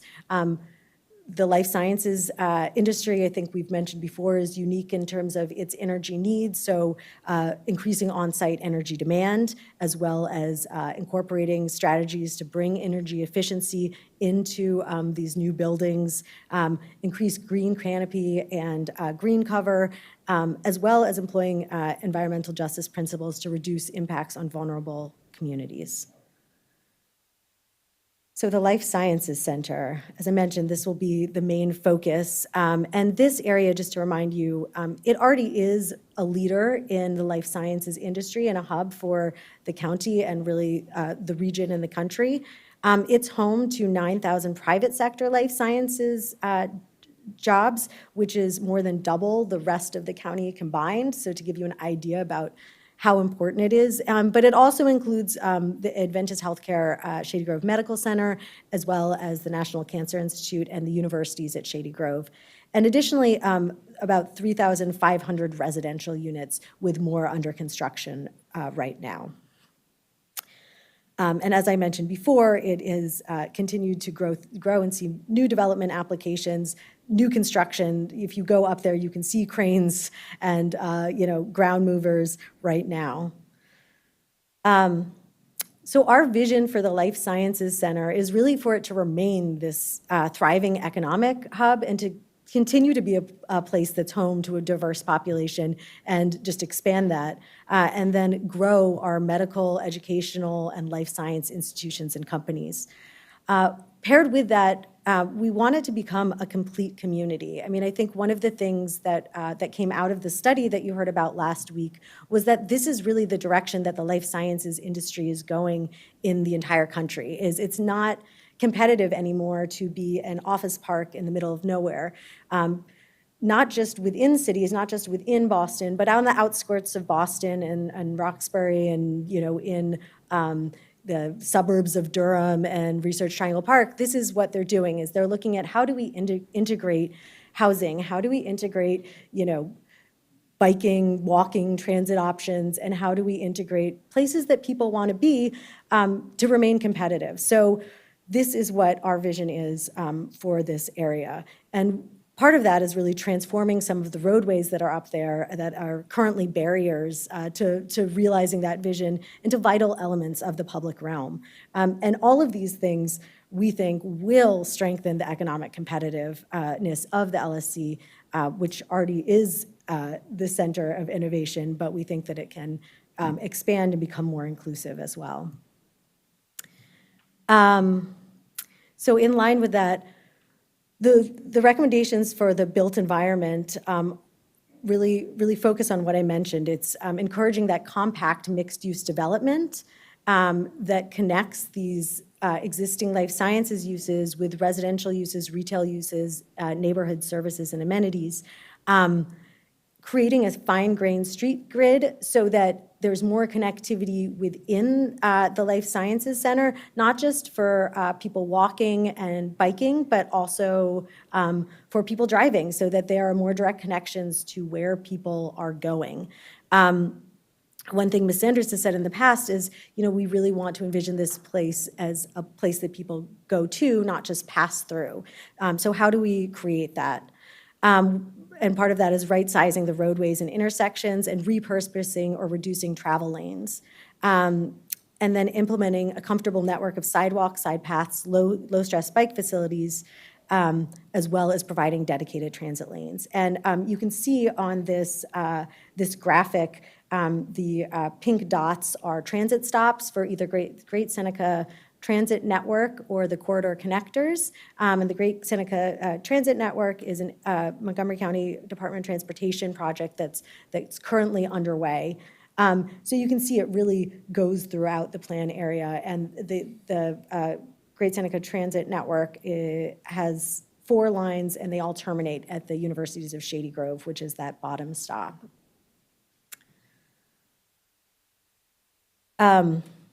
We recognize that achieving this vision means that there will be redevelopment and infill development in the plan area. So we've identified some opportunity sites, and these opportunity sites are all a little different. Some of them are underway and being built right now, and we think contributing to this vision, such as Parcel 2, which is Treville Parcel N, which is several of the sites are already under construction. And then there are other parcels like Parcel 1, which is the Bellward site, which the planning board has seen at least a site plan for half of it, which we expect to develop in the future. And then there are the parcels labeled 5. Those are county or state-owned, so publicly owned sites that, as the life science study said last week, could be used to leverage and create the type of development that we want to see in the future as kind of valuable real estate in this area. Additionally, there are some other sites shown on the map that are sites that currently are good candidates for either redevelopment or infill development. Site 6, there are plans for potential redevelopment at that site. And then the others have maybe existing surface parking lots that could serve for infill development.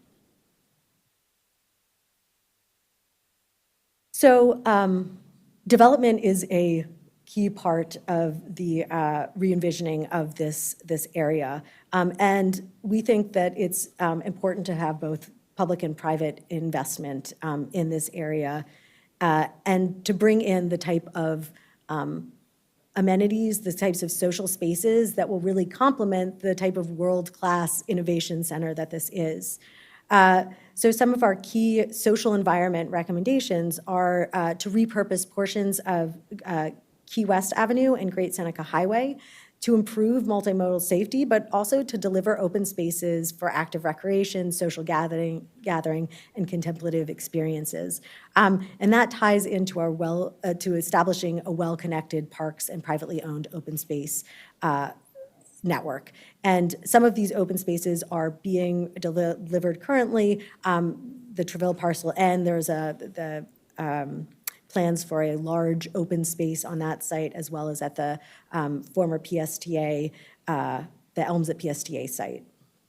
And just to kind of give you an idea of what that means for the Key West, what we're calling the Key West Promenade, but that would mean abandoning portions of Key West right-of-way, the currently master planned right-of-way, and return it to the property owners, and then establish a public use easement that incorporates active and passive uses, as well as retail kiosks along the promenade that could create these opportunities for people to recreate, to socialize, to bump into one another. That was something that they were talking about last week, where people can share space.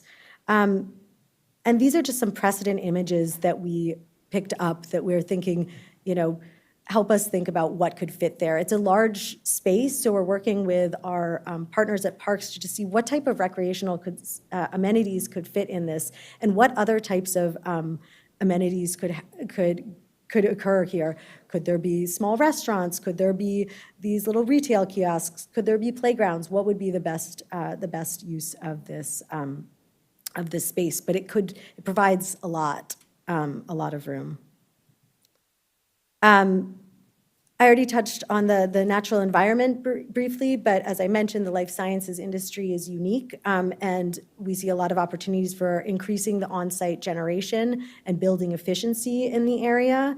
There are already some great examples. I think I mentioned in my last presentation that the biomedical science and engineering building at the universities at Shady Grove has done some amazing work in terms of environmental design, and is actually a winner of our Design Excellence Award. So there are some great examples already, and we see opportunities for more to incorporate environmentally sustainable development strategies. And then also to protect existing forests and sensitive species. There is a special protection area in the south of the Life Sciences Center, the Piney Branch Special Protection Area. So this area, we think, should remain a life sciences hub, and part of this is enhancing the land uses and amenities that continue to appeal to life sciences company and attract more residents and workers. So including that housing, including the transportation and open space. But in addition to that, facilitating the adaptive reuse of existing buildings that can meet the industry demand for small-scale lab space and manufacturing space. And as I think I mentioned before, encouraging this small and medium lab space is really important because it allows companies to grow in Montgomery County.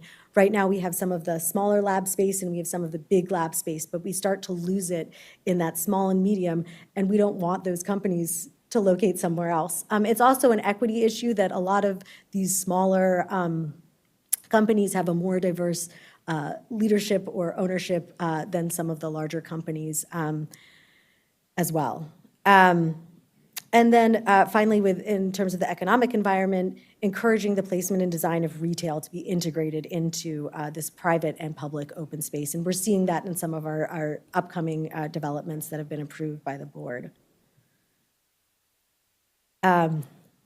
So part of the purpose of this plan was to address some of the barriers that we saw to achieving the vision of the 2010 plan. So we thought a lot about implementation. And we're still thinking a lot about implementation of this plan and how we can make it achievable.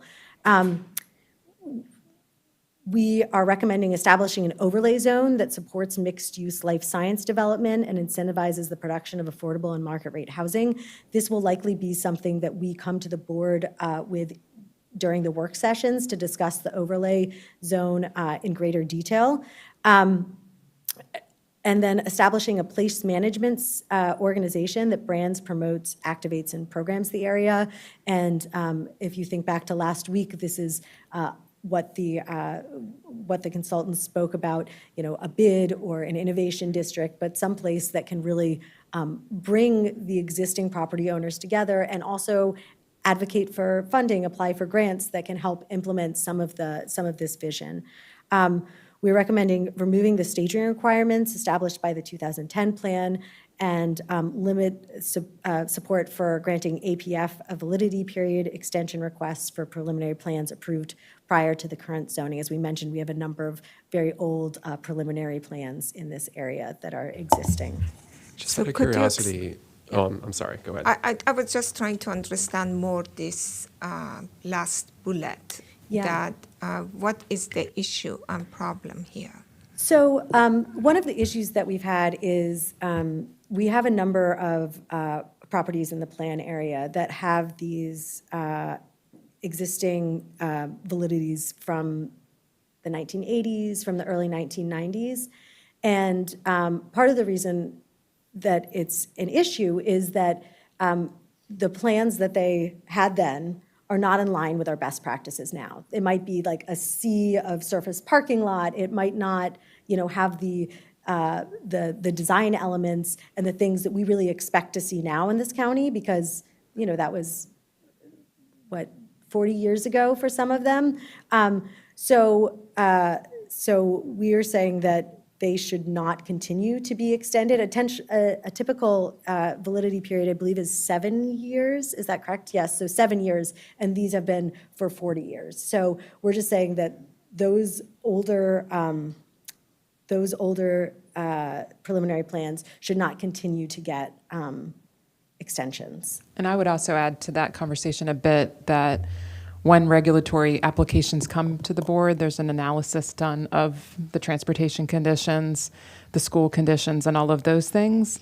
And those are a point-in-time calculation. So if we're granting extensions, we're not really looking at what the current conditions are, and that's a bit of a problem. Yeah, I did not know that we even allow that because if something goes more than, in my opinion, humble opinion, goes more than 10 years, it should not be extended just to be approved with something that was preliminary plan that was approved 10 years ago. I think that it has to be looked at to see even if it is relevant because things change, especially now that we have the Tribe 2050. Things have changed drastically comparing to what we had 10, 15 years ago. So I just cannot imagine that something has been 20 years ago could still be valid. Yeah, it's. I think that it's a combination of sometimes the planning board gave an extension, but the council also granted a number of blanket extensions for all APF validity periods due to the 2009 recession and COVID. But then all of those just build one on the other. So it expanded longer than I think many people would have imagined. It's atypical. I was just curious if you could remind us, approximately how many of these plans kind of are still floating around in the ether? Yeah, we did do a count. I don't have it off of my head, but it was fewer than 10, but more than 5. So I can get that for you. But yeah, and the thing is because of that doesn't sound like a huge number, but because the parcels are so large in this area, if one of them is over 1 million square feet, then that really puts a dent in the development potential in the area too. Do you think that, are we hopeful / confident that this provision or approach of not granting additional extensions might sort of prod these either the owners or developers, whoever's sort of leading the process at this point of these plans, it might sort of either prod them into action or maybe sell or do something to sort of, take action on a previous plan? I think that is our hope, that will prod people to action, or if they do come in, that, and let this lapse, that they'll be coming in at least with our new best practices. So one or the other, it seems like it could be a win for this area. Can I ask you another question? Of course. I think it goes under the economic competitiveness. I should have asked it there. But I saw that you said that create areas that, like your second bullet, to allow for a small scale lab, okay? But one thing that I know that we are lacking is this incubator facilities that allows for startup businesses, so offices and labs, that it's just very small company, just a startup, and they want to just use it, one office, or they just want to have, especially in the life science, they want to have access to the lab, but they don't have the money, and they're not really a small company yet, they're in the research. Do we have any plan for this area, for this life science area? I haven't seen anywhere that they recommend that. So there was an existing incubator space at the Montgomery County Community College in Germantown. And we actually did have a focus group with life science companies to kind of talk about their struggles in the area. And we talked with one person who runs a space for small, like that people can rent out the lab intermittently to kind of meet their needs, but they don't have the money to have their own lab space. And she said that their space was always in demand for the reason that you're talking about, that there just was very few people like herself that were providing that type of space for these types of small companies. I'll let Ben speak to the incubator space, but I mean, I think we're in agreement that there's more need for that type of space. I know, but we haven't mentioned it. I don't know. I haven't seen it. If you have, I haven't seen it. I think it's a good idea for competitiveness. Well, go ahead, Ben. Yeah, so for the record, Ben Kraft at Research and Strategic Projects. So there is no specific recommendation for an incubator. And one of the things that I think a lot of the implementation of these recommendations here would rely on is this idea of the innovation district, or we're calling it the place management organization, which I think would, because we run up into this a lot of times with all of our plans, which is that like the planning board, the planning department is really the implementing organization that would fund, that would actually run an incubator. It's a hard thing to do, and you need the right people and you need the right funding. So the idea is that the recommendation of establishing this innovation district would be kind of the catalyst for getting something like an incubator, because you're right, everybody does agree that this type of thing, we need more of this in the county. The incubator spaces are the current ones we have are full.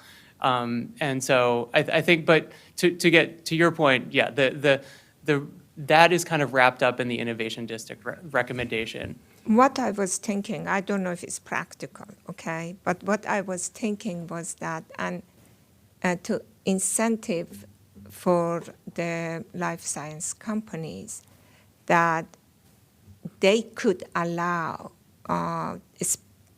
each of those have a specific expertise and a specific laboratories, that they could be part of, and that innovation group that you're talking about, that they could allow these startup companies to come and use. They benefit from it, okay? Just imagine that someone is doing groundbreaking, research, and they need something like with one of these life science. They could actually benefit from that startup, because if it is in line with what they do and they bring some new ideas that they can use, it would help them a lot. So it would be not only good for the startup company, it would be good for the mother companies that would allow them to use those spaces.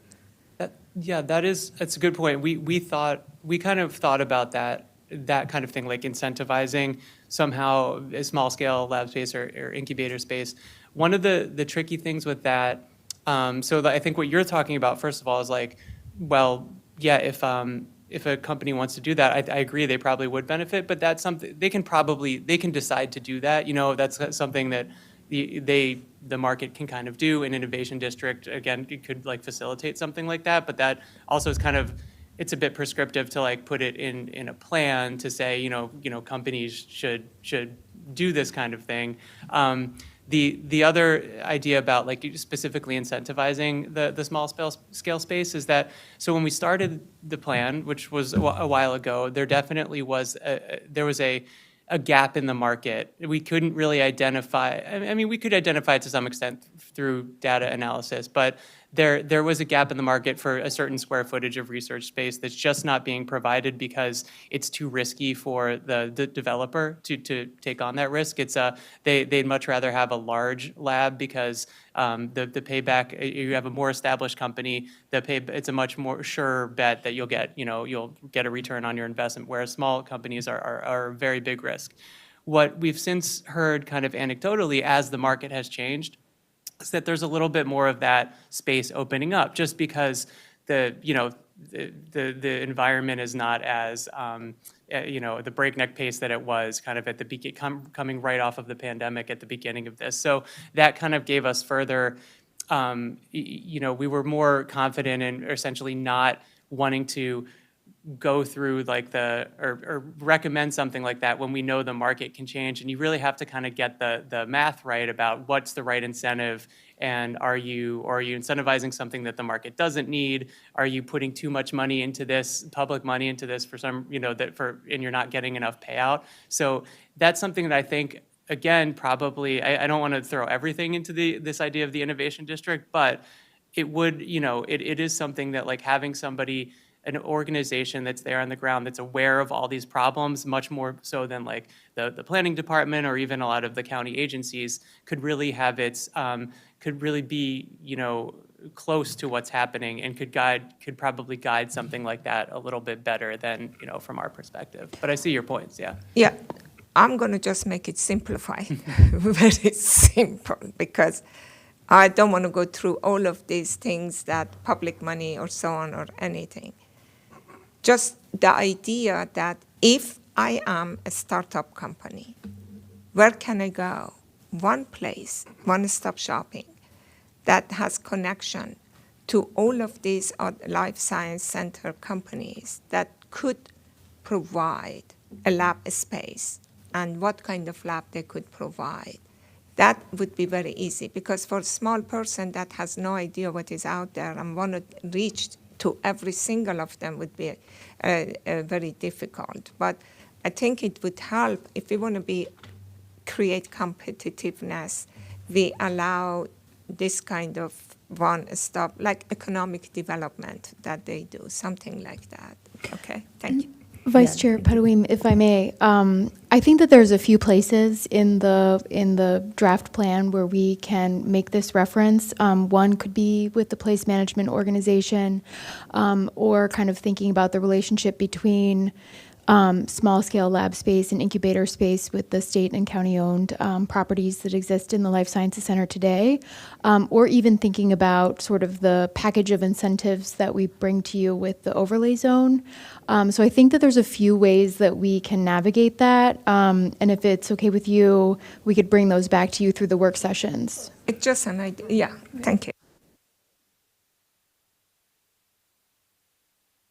Before we move on to the next section, I did want to Carrie Sanders to the record. I think it was Commissioner Linden had a question about the number of projects, and it was eight projects. So she was right. But yeah, it sounds like a small number, but it is like these larger land areas. So that's all. Yeah. Thank you. My memory still serves me, kind of. So that kind of wraps up our high-level recommendations for the Life Sciences Center. And the next area is the National Institutes of Standards and Technology and the Londonderry and Hoyles addition recommendations. We don't have any recommendations for the NIST property. It's a federally owned property. But looking at the Londonderry and Hoyles addition, our vision is to create a thriving residential neighborhood that has maybe very small, local serving retail, but has parks, transit connections, as well as a grid of streets that make it easy to walk between.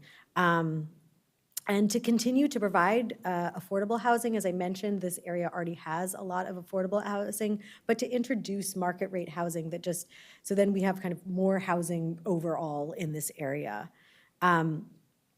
And to use private and public investment to offer opportunities that address longstanding inequities in the area.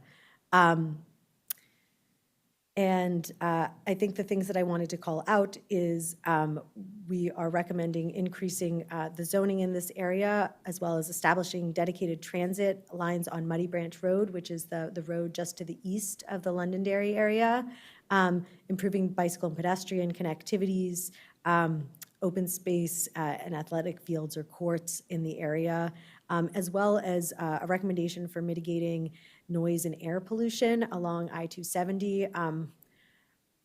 Anecdotally, our staff, when they went out and did outreach, were really struck with how loud it is in that area. And then from a more data-driven perspective, when you look at the environmental protection agencies' environmental justice tool, you'll see that this area has a number of poor health outcomes that are and higher levels of particulate matter than other parts of the county. So we really see some of the effects from I-270 in this area. And then mitigating that not just through a barrier wall, but also by increasing the green cover and tree canopy that can mitigate some of these impacts as well.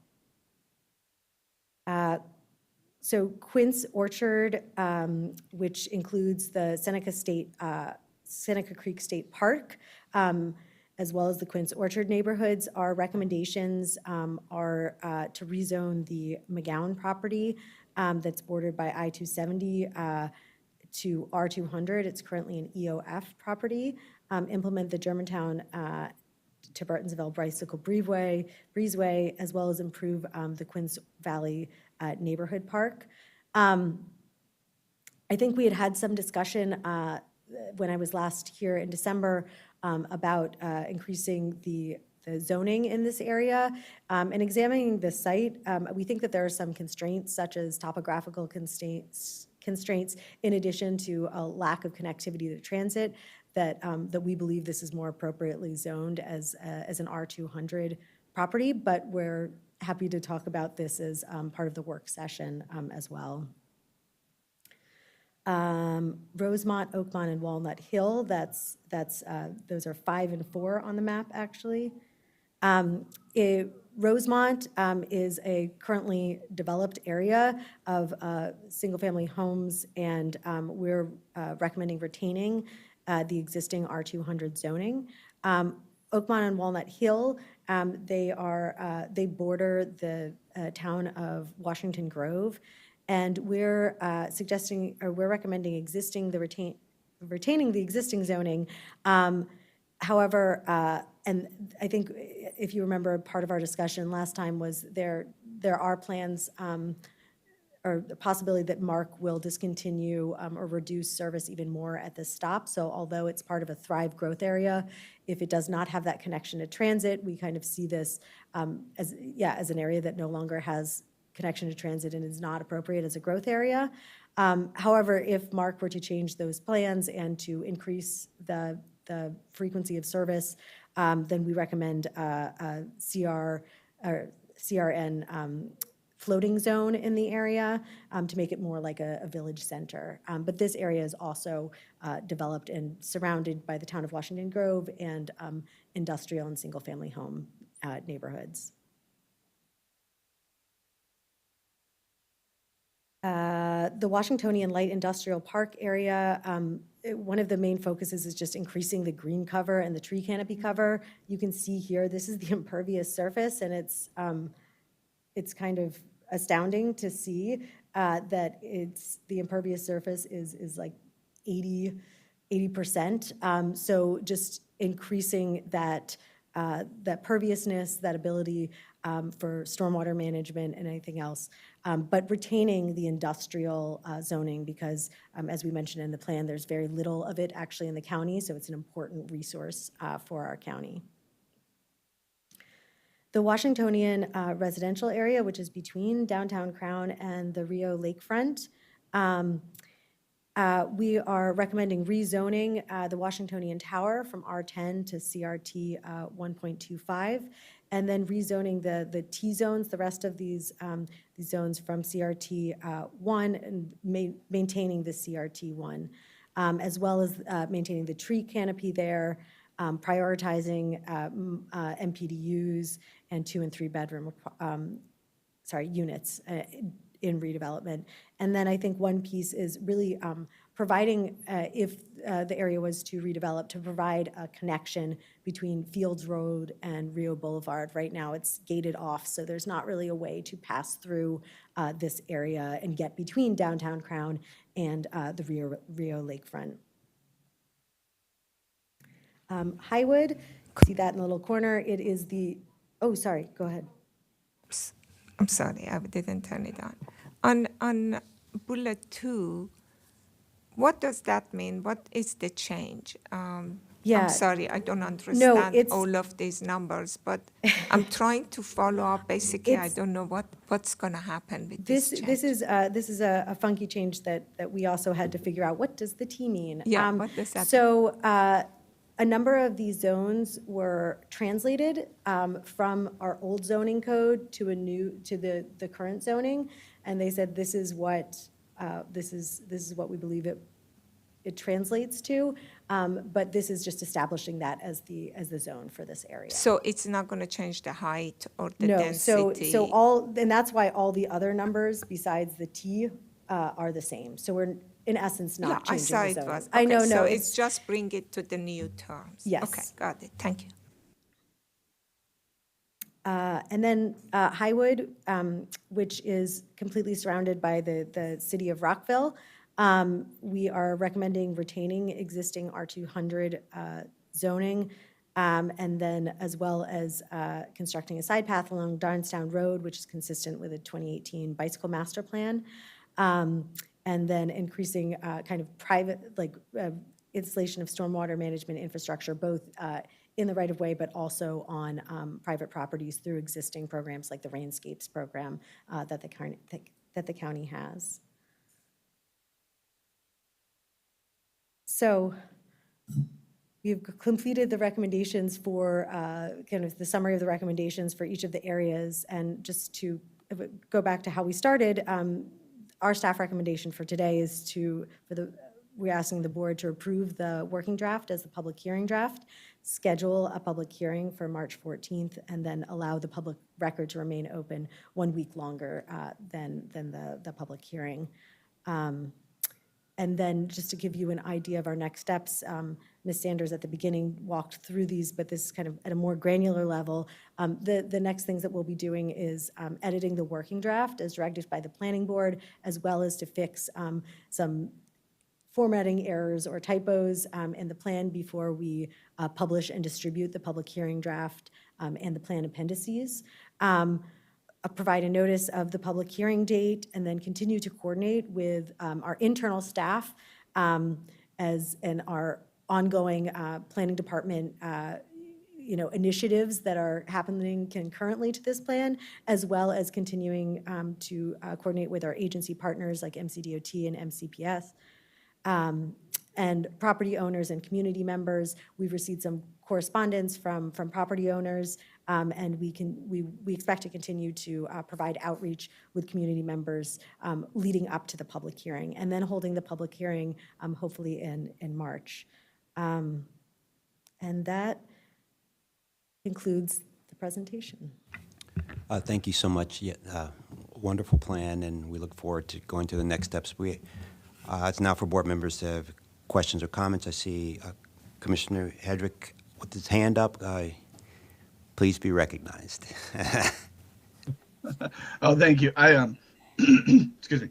I just wanted to make a comment. I agree. I really like this plan. I'm excited about implementing and adjusting sort of the old plan and maybe kickstarting and encouraging some development around there.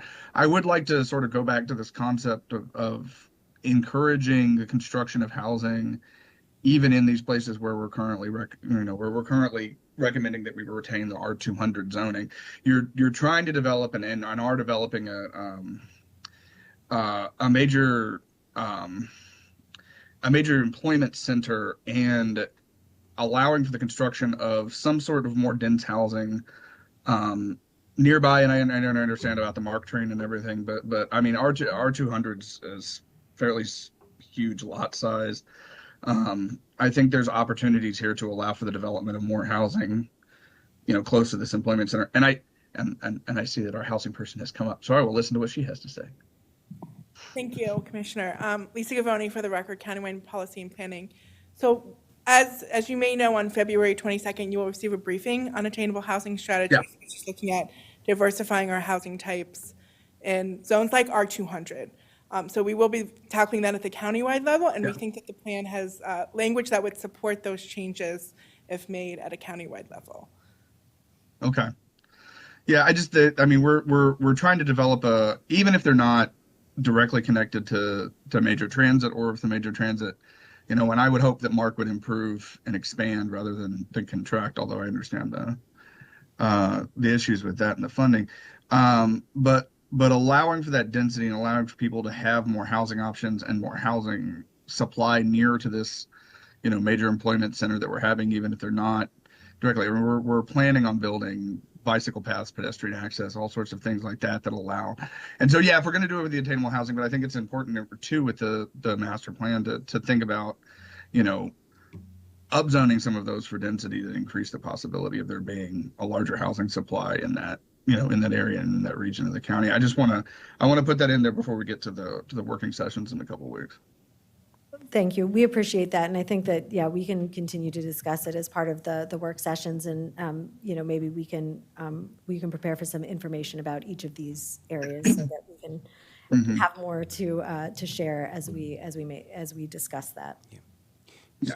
So I look forward to getting to the next step. One of the things I think would be very helpful for the board, and we have to figure out how to do it appropriately, is to do a site ride, a tour. I think that would be great to have the tour before the board has further discussions on this, because it's a big area, and I think it would be very helpful. So if we could arrange that. And also, about I know that your Quince Orchard portion, where there was a large area where you had recommended to keep it at R200, and maybe there may be some site constraints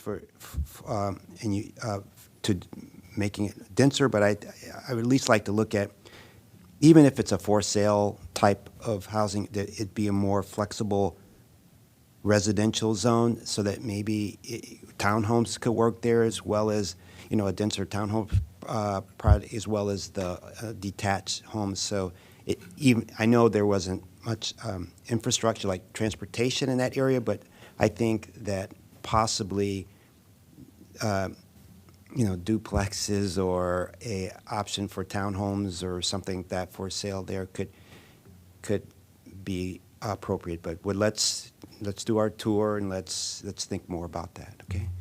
Yes, and we are starting to plan the tour. It's a little bit more complex than the average plan tour, but I think it is very informative to see these areas and how different they are and how close or far away. I think it's easy when you look at it on a map to picture it as close. And one thing that we've talked about is the Life Sciences Center is actually the size of downtown Silver Spring. So it's big, it takes a while to walk from one side to another, and that doesn't even count getting all the way down there to, Oakmont and Walnut Hill up by MARC or over to Quince Orchard. So it's very large and very different, but yes, we're excited. We're excited to do the tours. And I like the concept of having some company come in, or I'm not who that is. It's to establish this organization, this entity, to help, corral the businesses or something, to have so that they could have one voice in trying to empower for economic competitiveness, or or a resource just that they can give their opinions or thoughts or stuff, and help out to make a better plan. So I don't know what that looks like. It's one of those implementation advisory committee, or is it something else? It's, we talked about it, like Commissioner Pettit talked about the Economic Development Agency. I don't know how they fit in to that whole piece, but some organization to help us uplift this. So those are my comments. So great. I look forward. Sorry, I'm trying not to spill my drink like I did a week or two ago.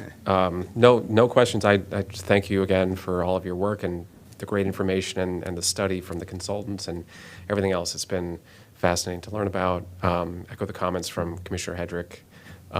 It seems like a giant leap forward and a great vision. So thank you, and yeah, look forward to the tour and the working sessions. So if no other comments or questions, do we have a motion to, I guess there's two things. One is to approve the draft as the working draft, and also to schedule a public hearing date. So that can be one motion. One? Yeah. Okay. Okay. So I move to approve the draft for the public hearing and also the schedule the public hearing for March 14th. Is there a second? I'll second that. Okay. If no further discussion, all in favor? Aye. Aye. Aye. Aye. Aye. The ayes have it, 5-0. Thank you so much. Thank you so much. Mr. Thank you. Chair, just one point. I believe you wanted the record held open. Yes, for an additional week till March 21st. Okay, so I'll just clarify that I know that the motion included that as well. You know. Just double checking. Thank you. All right, thanks so much. Thank you. And we'll take a 5-minute break, and we have the item number 9, the state legislative update. So thank you.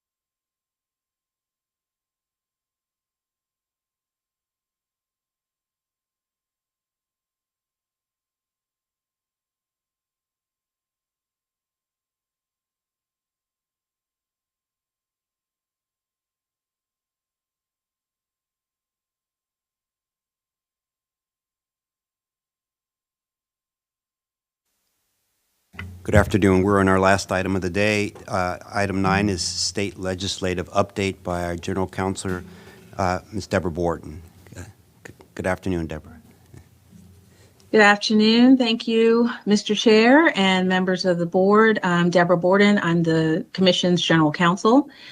We have several bills for you this afternoon. Number 1 is HB 13, also cross-filed as SB 199, Residential Property Affordable Housing Land Trusts. This is a very simple bill that simply adds to the types of affordable housing regimes that can use a condominium regime. Condominiums, just another way to own property, and it can be very useful if you don't want to have a traditional rental property as your affordable housing. This is giving affordable housing land trusts additional flexibility, and we think that that's a good idea. We don't anticipate that it has any sort of fiscal impact and no particular impact on us as a regulator. We do think it's a good idea, though, to give them more flexibility. So we would ask for your support of HB 13 HB 13 SB 199. So just to confirm, this is there. We normally talk about rentals as affordable. This is condos as affordable. That's correct. It gives them the opportunity to use a condo regime within the affordable housing land trust. So it really is a matter of suggesting that affordable housing should be able to come in all shapes and sizes and forms. There shouldn't be any reason that affordable housing can only be rental units. We should and can encourage people who are, who can apply for the AMI limited housing to become homeowners. And this is a great way to encourage that. Okay, thank you. There any discussion or question? If none, do we vote each one, or do we yeah, why don't we just? I would appreciate a vote on each one. Yes, thank you. Okay, do I have a motion? I have a question Okay, then. okay, question, please. HB 0013, is it the allowance of an individual who's seeking public assistance to purchase a townhome or condominium unit? Or is this about the state or county government having the authority to establish condominiums through affordable housing programs, or purchase condominium units and or townhome units? This is a matter of allowing what's called an affordable housing land trust. Okay, this is a funding mechanism to get affordable housing into communities. But there's a whole, set of regulations as to how a land trust like this can be developed, and it's already defined in the law. So it's a land trust is an actual entity. And so what they're doing is they're adding into the types of entities that can use a condominium regime. They're adding the affordable housing land trust into it. These land trusts may have, public participation. They may be private nonprofits, but they are specific entities that are set up under this legal rubric to do affordable housing projects. Does that answer your question? Okay. Yes. So if no other comments or questions, do I have a motion to approve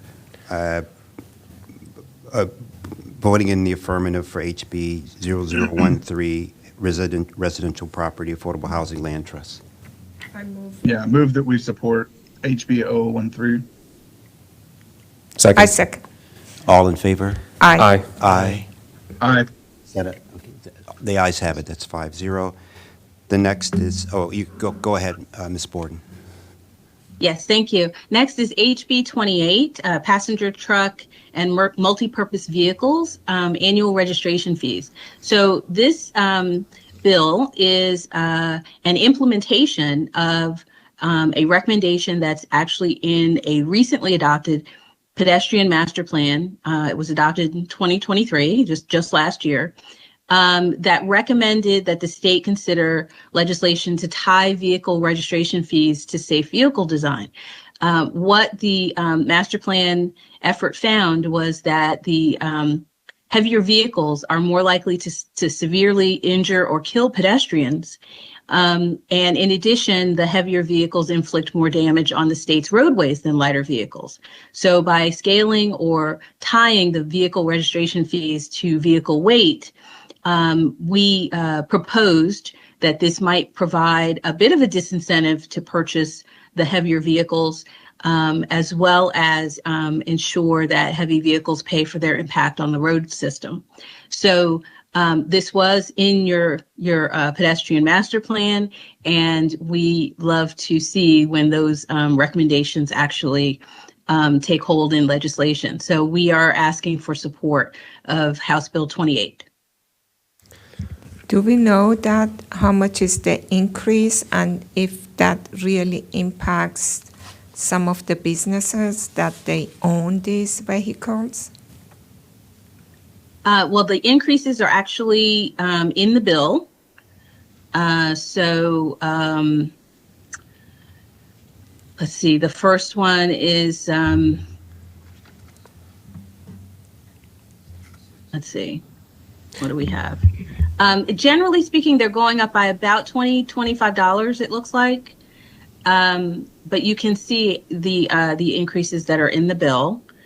If we have someone from transportation on the line. I can, for the record, this is Jason Sartori, Planning Director. I'm looking at the bill here now, and it looks like for a vehicle with a manufacturer's shipping weight of, they're changing it from 3,700 pounds or less to 3,500 pounds or less, it remains $50.50.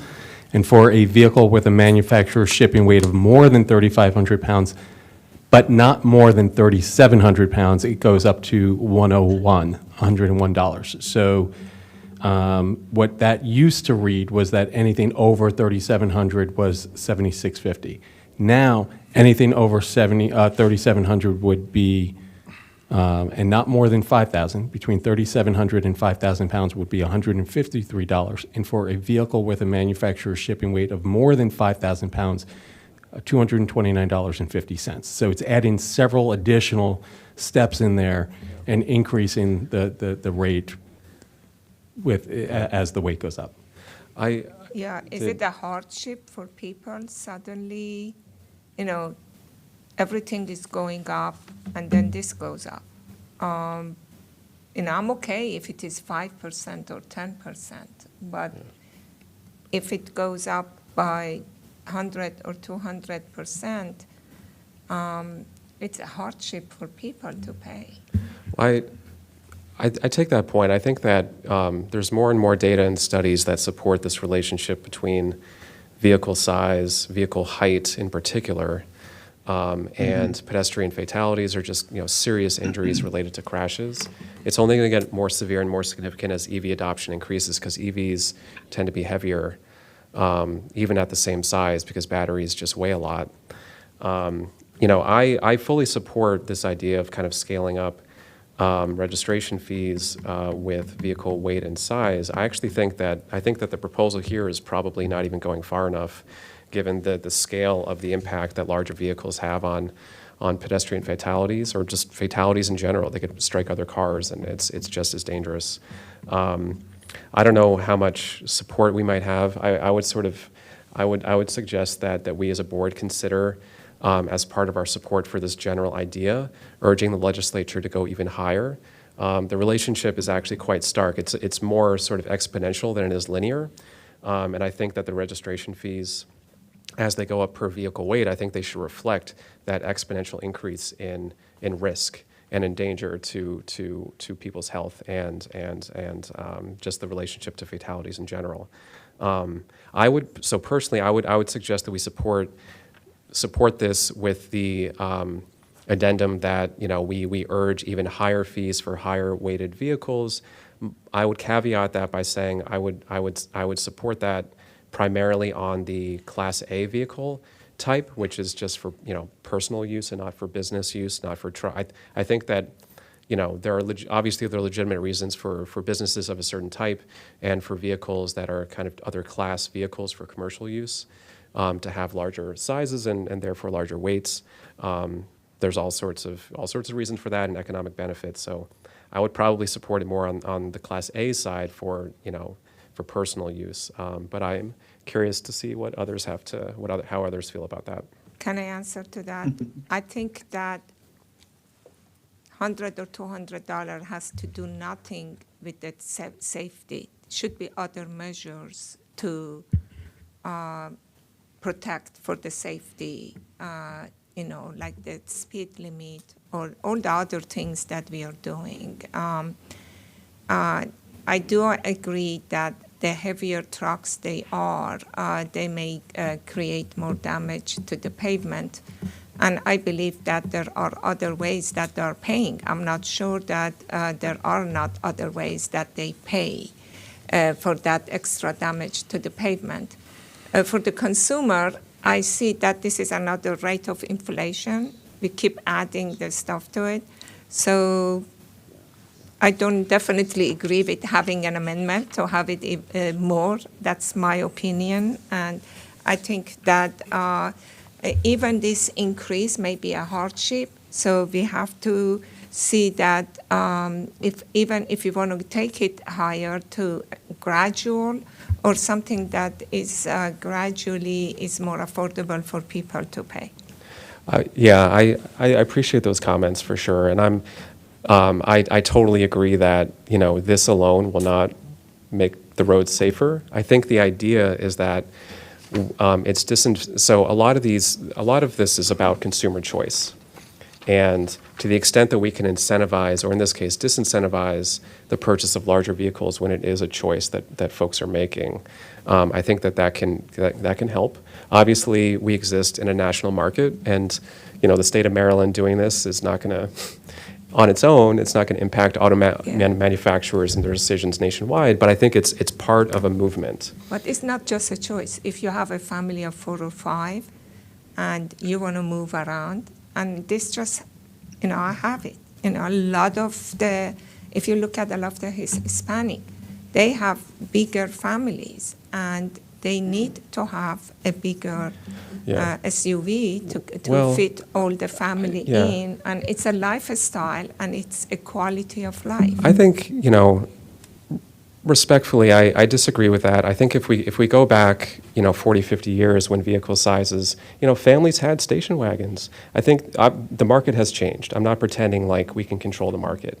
But the idea that a family can only get around with an SUV, I think is sort of part of the challenge of kind of the way that it's part of the scale of the challenge that we're having to confront. And, it's not the only options that folks have. It's the only options we may feel like we have because the auto industry increasingly, tends to cater to those choices and to that market. In many ways, they've set the terms of the market in terms of size. But you look around the world, there are all sorts of other options that people are using to get around. And I don't think that we should just sort of accept the status quo as being okay when we have a crisis on the streets. So, so go ahead.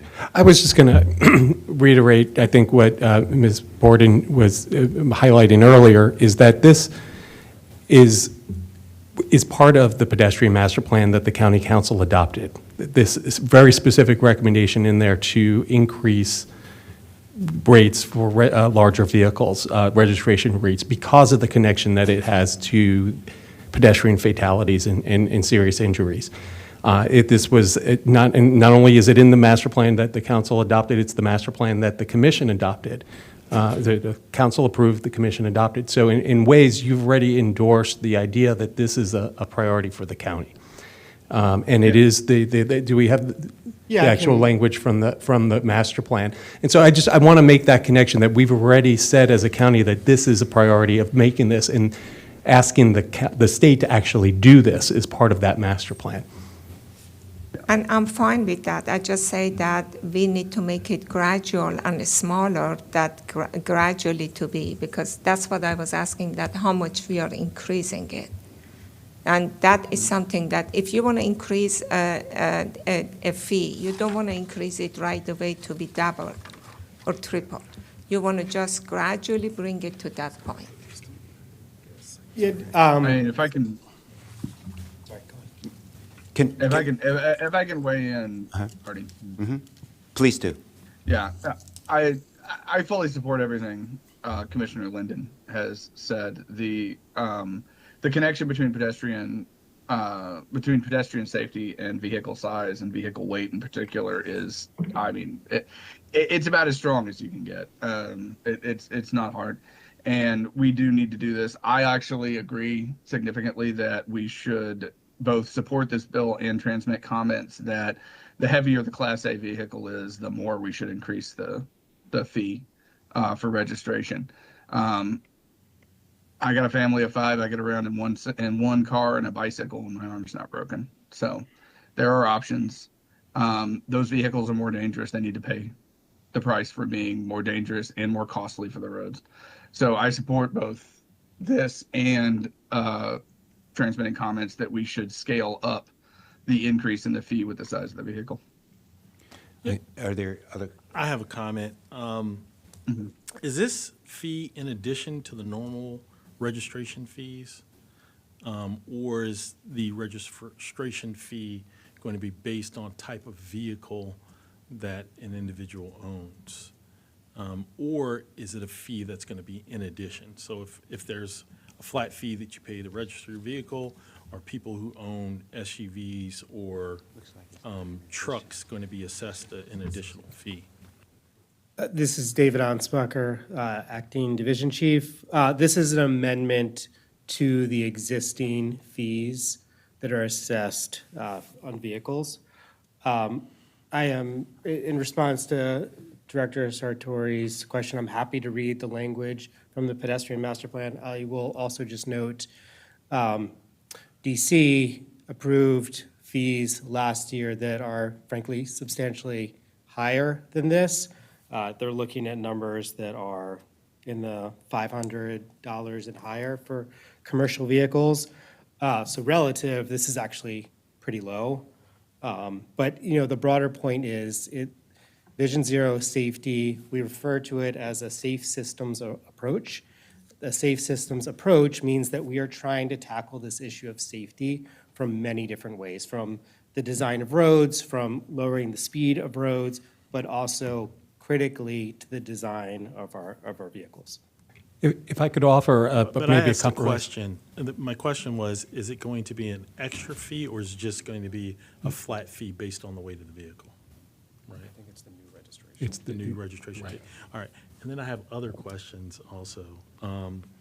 Why would the registration fee, why attack the consumer as opposed to the manufacturer and have an assessment at the time of purchase rather than the consumer? Because as Commissioner Pedoween pointed out, it's an extra tax or burden upon the consumer. And if the intent of the bill is to discourage the manufacturing of such vehicles, shouldn't it be directed at the manufacturer rather than the consumer? And so I have a problem with that. So if it's available and somebody wants it, they might be willing to purchase it. But if it is not available for purchase because the manufacturer is being taxed, then I think that's a more effective strategy than attacking the pockets of our citizens. As the legislature becomes more one-sided and they want to aid and or create new programs, the citizens who are capable of paying bear the brunt rather than the manufacturers. And I think that the manufacturer approach is more sound than taxing and penalizing the citizens for their purchase. Not all citizens engage in the same lifestyle and or activity, and people who engage in certain lifestyles and activities that require an SUV, let's say hunting, camping, bicycling, motorbiking, you're tacking on an ancillary tax and those type of recreational activities that these vehicles allow them to engage in. And because it's an extra tax and albeit and could be a hindrance to that and have a trickle-down effect on other recreational activities, I would not support it. Thanks. I would just like to jump in and say that I've gone hunting in a Nissan sedan before, so I don't really see that that has anything to do with this. The cars are more dangerous the higher weight they are. They're more likely to kill someone. They're more likely to injure someone. They're more likely to damage infrastructure. That is worth paying for. If I had the power, if we had the authority over the auto manufacturers, that's a different thing. We don't. What we have is an ability to minimize the damage they can do here, or at least make them pay for the cost of the infrastructure and human toll that they take. I support it. Can I just add one more thing? We are looking all the time at how we can make affordable housing, but we are not making in general that how we can make it affordable for our young families to live in this community. And I talk about, my own children. They young, they want to go to their own household. Just during the past year, the price of grocery has gone up to tremendous amount, okay? The property tax has gone up. The interest rate has gone up, okay? This is just the three that I can talk about. And there are more, they have the cost of the daycare that they have to pay. And we keep gradually adding to the cost of the living, regular living, and bringing the quality of life down. I totally agree with Commissioner Bartley that people want to have choices to have a quality of life, and they need different needs. But forcing people with a different kind of fees and taxes that we can just keep adding and adding and adding, it almost making it impossible for the younger people to make an affordable living. That is my issue. If we want to make it a safer environment, or if you want to make it a smaller cars, I agree. Why don't we go to the manufacturer rather than coming to consumer? Either way, it's gonna, even when you go to manufacturer, eventually it's gonna end up to the consumer.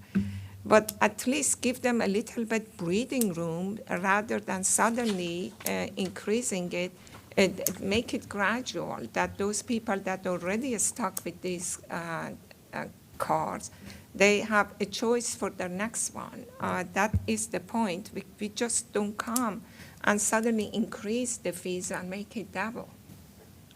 But anybody that can afford a car that weighs over 5,000 pounds, can afford this fee. That's a big don't car. agree. That's a big It's just, no, There's so many this is just assumptions an in that assumption. statement. That's crazy. It's not an assumption. There are options, and these are vehicles which kill people. I just wanted to. All vehicles are capable of killing somebody. Excuse me, All one of them. second. I'd ask, please, go ahead. Oh, sorry. I wanted to address just a couple of points. First, yes, all vehicles are capable of killing people, and I don't think we should take that lightly. And it's one of the reasons why I think as a department and community, we support more walkable, more compact communities, so people have options to get around where they don't have to get into a car, which are, by their very nature, quite dangerous and deadly. But the point about who pays, that is an interesting question.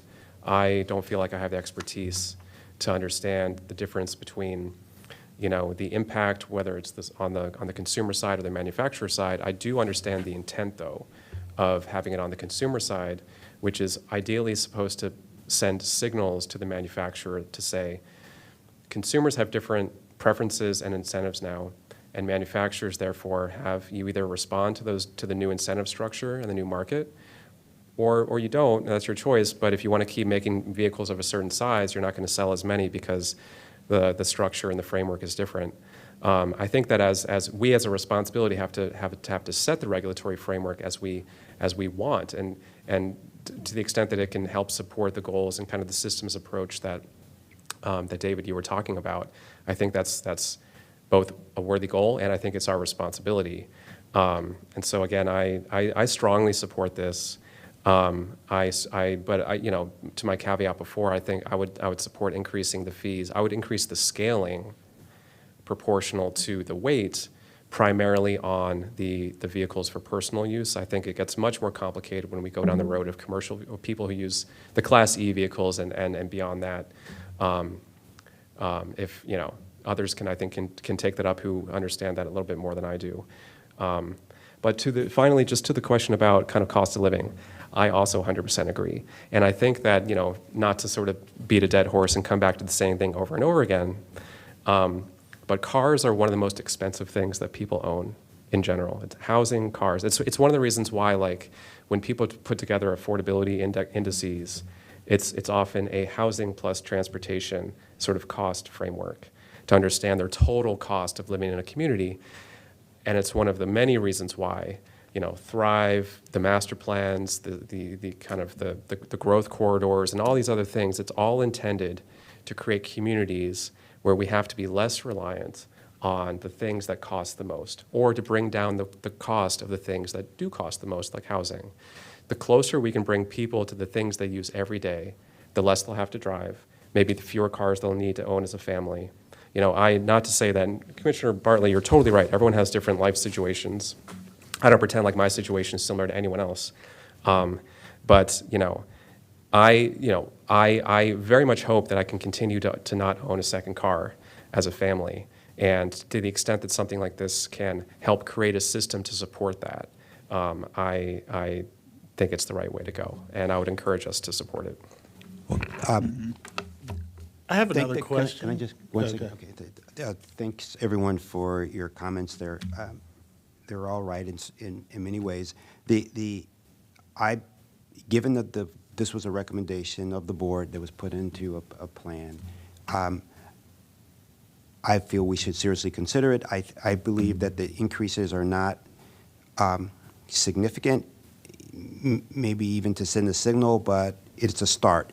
And in the first item, the fee didn't increase, but the weight of the vehicle, when it triggers the next section, increase. So the fee stayed at $50.50, but the weight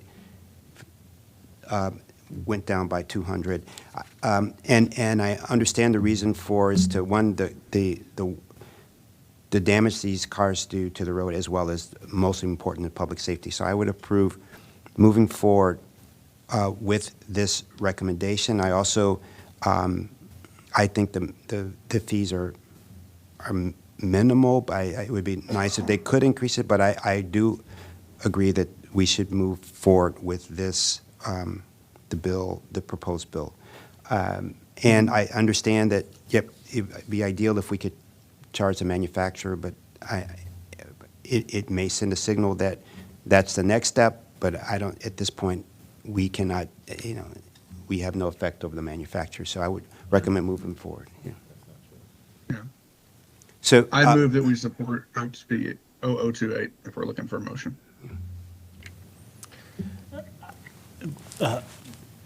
Can we have discussion on the motion? Yeah. Well, you approved Or the motion. Because I still had a question Okay. and a comment before Okay. the motion. Okay. And I think it's important. Okay, that I- please. So my. I'm sorry. Excuse me. Before you do that, you need a second, and then you can discuss. Okay. I'll second. I object to the motion because I was not done asking questions or having an inquiry. Okay. And I think you cut me off and then he moved for a motion so that I could have further inquiry. No. And so I don't like it.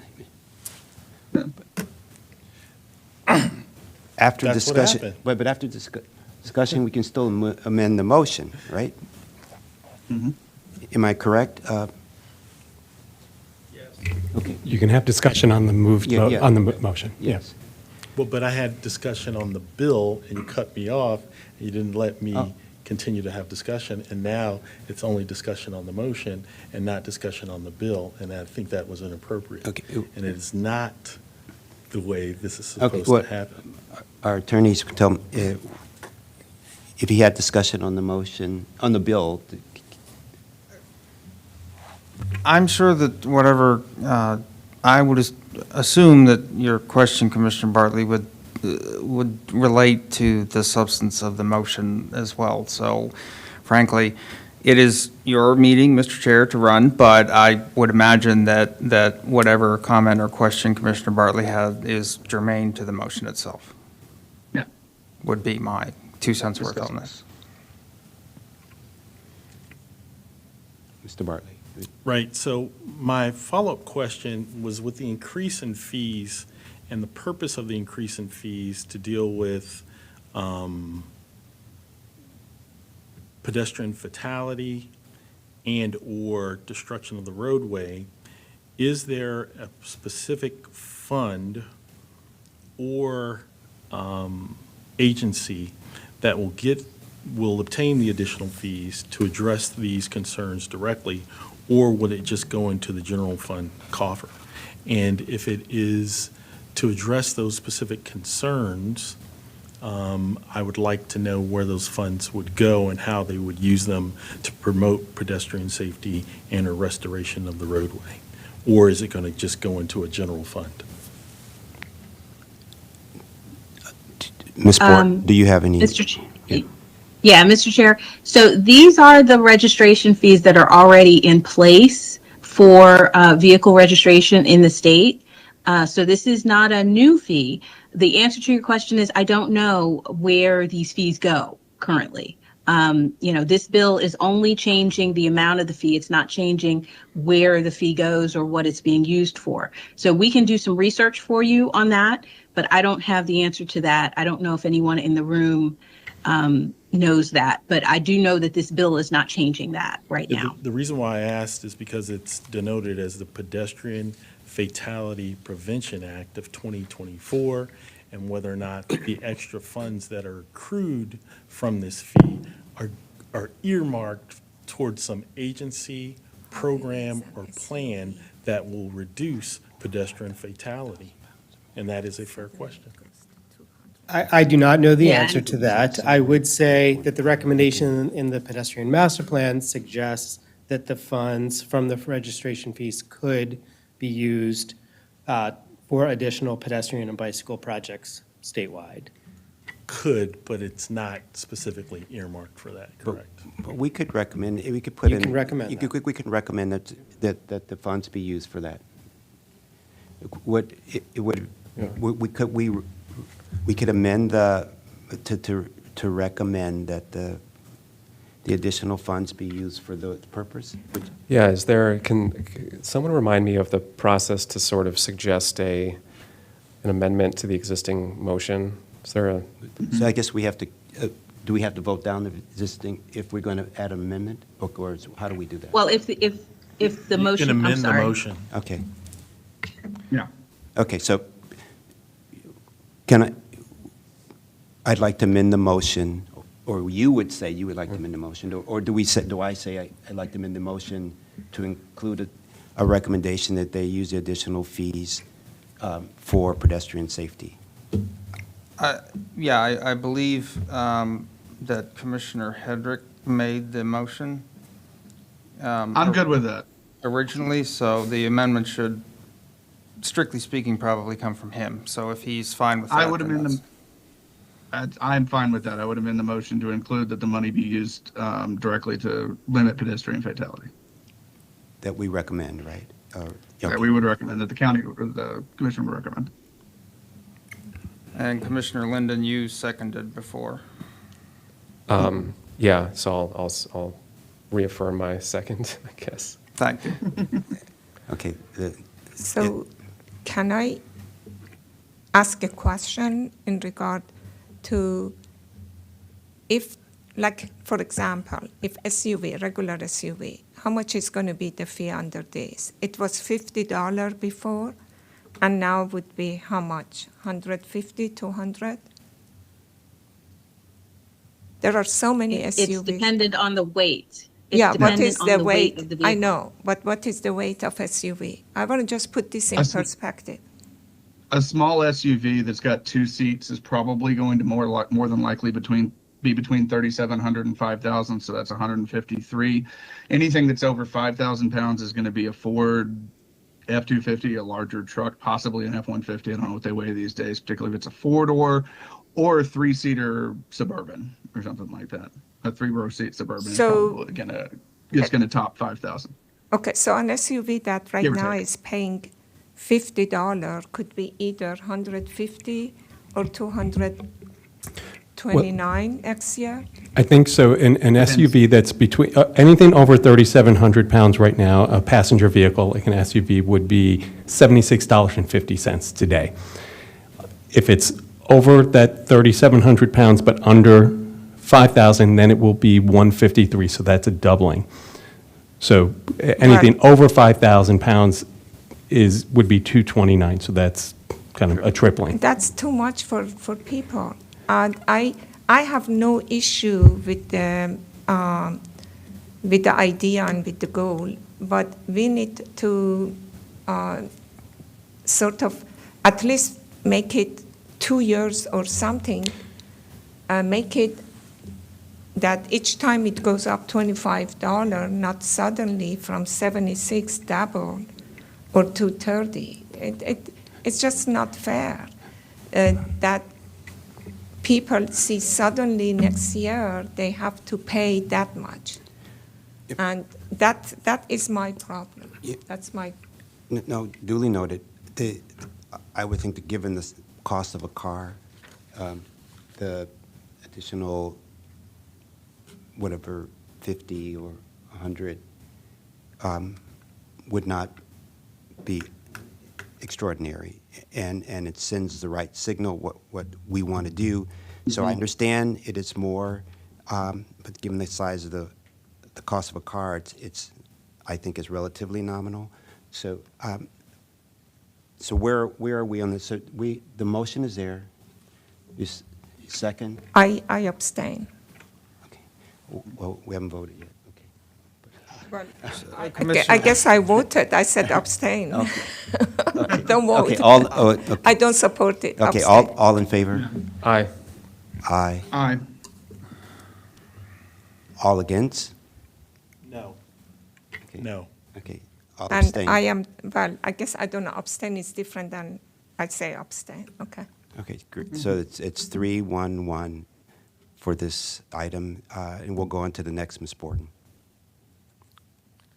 Okay, thank you. The next bill is HB 135, pedestrian and bicycle safety accessibility. I'm sorry. This bill is talking about separated or buffered bicycle ways, pedestrian ways. Again, this is very in tune with our bike and ped master plan that we just did. We have reviewed the bill and prepared several amendments. We've been in contact with the sponsor, who has been very receptive to our amendments. Many of the amendments are just an attempt to make sure that the nomenclature that's being used in the bill is consistent with the types of references that we usually have in transportation plans as well as transportation manuals. For instance, we want them to use bicycle way, pedestrian walkways, separated or buffered bicycle ways, that sort of thing. So we have very specific recommendations that go line by line. And we also have an issue that we raised regarding identifying the location of sidewalks and bicycle paths along state highways. We have proposed that MTA should consider local master plan recommendations to assure that there aren't any conflicts It doesn't require them to prefer the local master plan recommendations over their own, but it does require them to look at them. And we think that's very important when we are trying to, deal with and make sure that our recommendations are implemented, but that they don't overlap each other in a way that's not helpful. I know that these amendments were put together by both planning board staff, and I think that the transportation planning staff is there in case you have any questions about this. We are looking for support with amendments, and like I said, the sponsor is working with us on this, so we consider these friendly amendments. Happy to answer any questions you might have. I'm still not quite sure. It just says that for the purpose of repealing a prohibition on pedestrians using highway and Maryland transportation, altering the prohibition on bicycles using an authority highway. I mean, so bicycles were not able to go on highway. I mean, could you just explain all of these, please? Yes, that's true. Generally speaking, there was a prohibition on pedestrians or bicycles using any state highways. And sometimes you would see signs along state highways, usually along state routes like Route 32, no pedestrians, no bicycles, that sort of thing. But now the state is understanding that bicycle and pedestrian safety is everybody's problem. It's not just the local jurisdictions. The state has a huge network of state roads that, particularly in Montgomery and Prince George's counties, that crisscross our counties, and they have been very focused in the past, decades on prioritizing vehicular traffic, prioritizing the minimizing of congestion, of vehicular congestion. They have not really traditionally been focused on pedestrian and bicycle connections and making sure that those uses are in fact planned for and planned for in a safe manner. This really is a new day because we're all looking at that now, and it's not just the local governments. Hi again, David Ansbacher for the record. The bill is focused on, the broader bill is largely focused on Maryland Transportation Authority highways, so tolled facilities. The specific provision about bicycling on the shoulder, I think they're just trying to standardize where it is okay to bike on a shoulder. As you may or may not be aware, if you've ever tried to bike on a shoulder, the width of many shoulders throughout the country, especially in Montgomery County, can vary quite a bit. So I think they're just trying to make sure that bicycling doesn't occur on the shoulder unless it's appropriate. Is that what they're saying? Because the way I read it, it says that if they, like what Deborah just said, that if like it's a highway, that they don't think that it is safe for bikeways to be there, then they have to remove the sign, or they have to build a separated bikeway. So since they cannot build all the separated bikeways, so they may just remove the sign, and that would be people biking in the places that it is not safe, like in highways. This is how I read it. Am I reading it wrong? Is that my English? I don't know. Well, I just want to offer further clarification. This bill only does not apply to all state highways. It only applies to highways that are part of the Maryland Transportation Authority. Those are only roadways in the state that are tolled. We only have one road in Montgomery County that is a state road that is tolled, and that is the ICC. So for Montgomery County, this only applies to that one road. Now, it could apply to more in the future if there are other tolled roads. So to that end, what this is, it does outline when it can and can't, you can and can't have people bicycle on that roadway, on the shoulder or not on the shoulder, whether or not there is a separated or buffered bicycle way. It just adds, I think, more clarity to where that restriction applies. Is that right? But ICC, I thought that has a separated.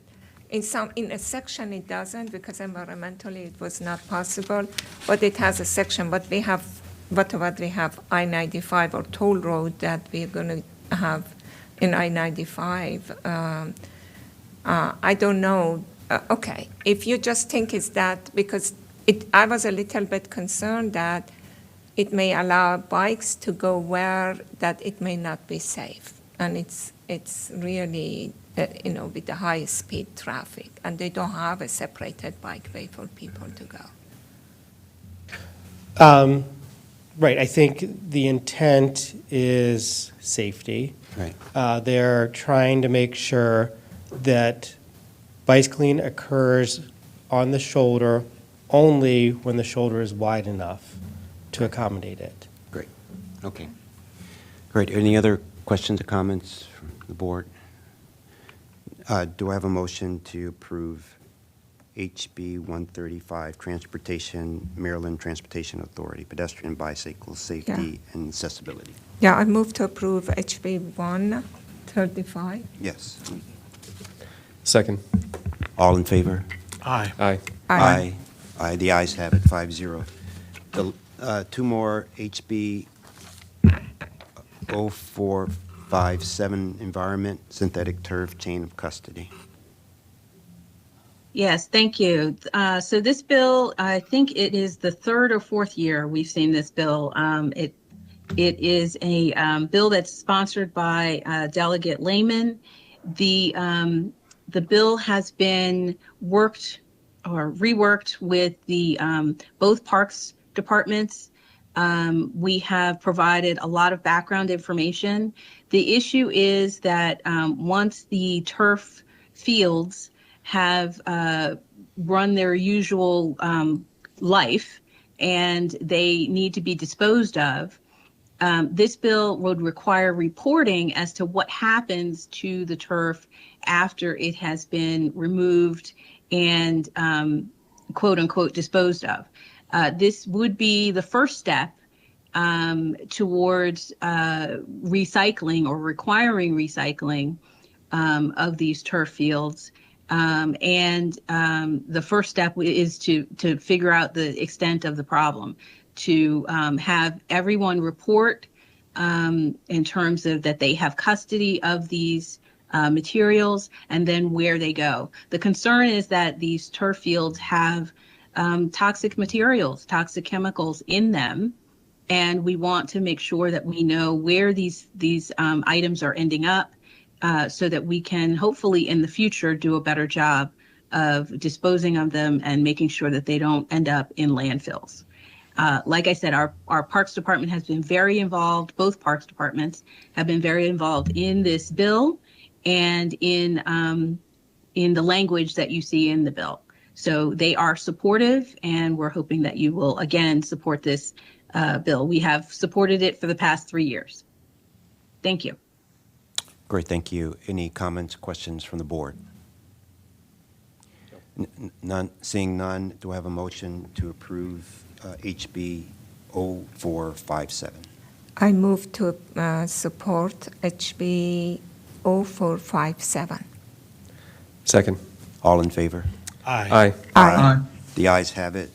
We'll move on to the last one, SB 484. Ms. Borden. Thank you. So the SB 484 is the governor's housing bill with regard to land use. I mentioned this bill last week. This is a very detailed bill. It took us quite a bit of time to get all of staff comments put together and to come up with our comments as well as suggested amendment language. MACO is also working on suggested amendment language, and we're sure that other jurisdictions will be proposing amendments as well. So this is going to be a massive effort, this General Assembly, to get this bill into a position where it can be enacted. So the basic premise of this bill is, frankly, that the state or folks in the state, the governor, has determined that the state of Maryland is very much behind in producing enough affordable housing to meet the demand of affordable housing in the next several decades. We are not producing enough. And the governor has decided that the way to spur development of the type of housing that we need, again, statewide, this is not a bill that's specifically targeted to Montgomery or Prince George's counties. This is a statewide effort, and really it was a statewide look. So with that being said, all zoning is generally local. It's not statewide. So we were looking at ways to make sure that the bill, number one, does no harm to the efforts that we already have locally, efforts like streamlining efforts, like bonus density around our transit stations, et cetera. We were looking to make sure that we could propose some amendments that would create the flexibility to maintain those efforts that we already have that are tailored very specifically to our locations, and also that we would, again, create some flexibility in some of the areas that we were concerned about, like APF. So I asked Lisa Gavoni to be here for this item, and she is here in the room.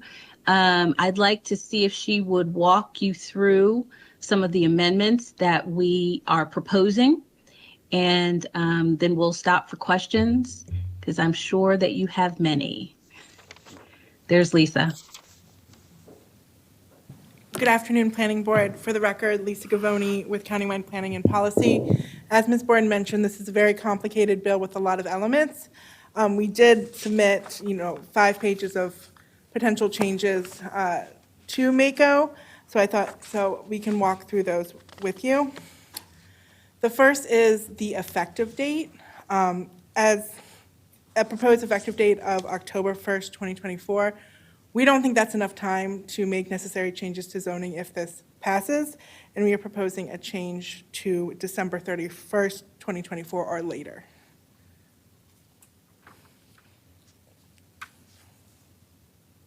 The next one is in section 4-104. There's a distinction between manufactured home and a home manufactured off-site and assembled on a property, which is known as a modular home in current planning terms, and this can be a more reasonably priced dwelling unit. Further, allowing these in any zone would provide more housing options. Suggested language changes that we have let me see what we're, sorry. Page 4, lines 1 through 8. Pull it up, so I'm sorry.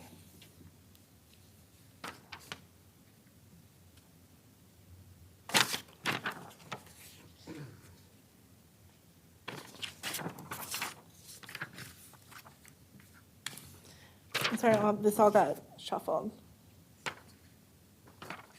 So sure, on page 4, lines 1 through 8, we have suggested language modifications that would read: a legislative body may not prohibit the placement of a modular home in any zone that allows residential development. A modular home for this section means a house built in a factory in 2 or more modules that meets the state or local building codes where the house will be located and where such modules are transported to the building site, installed on foundations and completed. And I think the important thing there is it aligns with Montgomery County Code as it mentions that it's installed on a foundation. So, does the county code have anything to say that about in the appearance? Like, does it have to be in, fit in the, we talk about fit in with the character of the community or something? I mean, I don't know what's the current code say? Sure. I think, from my understanding and looking at the zoning code, there really isn't much to say about the aesthetics of it. The zoning code generally speaks about, just a definition of the term. And I think, like I said, the important part here is that the distinction is that you can card it in, but it needs to have a foundation. Okay. Well, just my question. But say this was a subdivision or something coming before the board, planning, and it had to go through your normal process. At that time, the planning department would also, I've heard you opine over fit in with the quality, the character or something of the community. Would that also, if that came through with this, through the planning board land use approval process, could you make that recommendation, and would it be, and is that, could you make that recommendation if the developer used modular homes? I don't think it would really change what the conditions that you could put on an approval. If you think also just in terms of the types of projects that you might review that have single-family homes that, where you might be thinking about how it fits in with the character of a community, those are, like you're seeing larger projects that might have hundreds of these single-family homes, and they are creating that character really as part of that project, as opposed to a project that might be an infill or a replacement home for a single home that already exists. That's not, you're oftentimes not seeing those, right?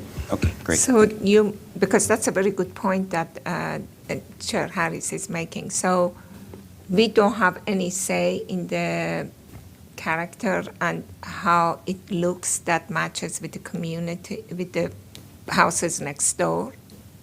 If we say that you can bring modular and you have to accept it, can we say modular as long as it complement the character of the existing houses? No. Yeah, this is how,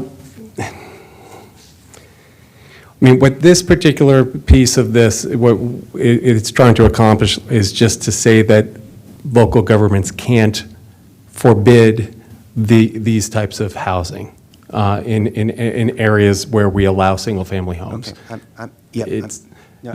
I agree with what's put here. I just was asking out of curiosity.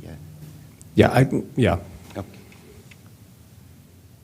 So the answer is locally, we could require compatibility. We could not prohibit.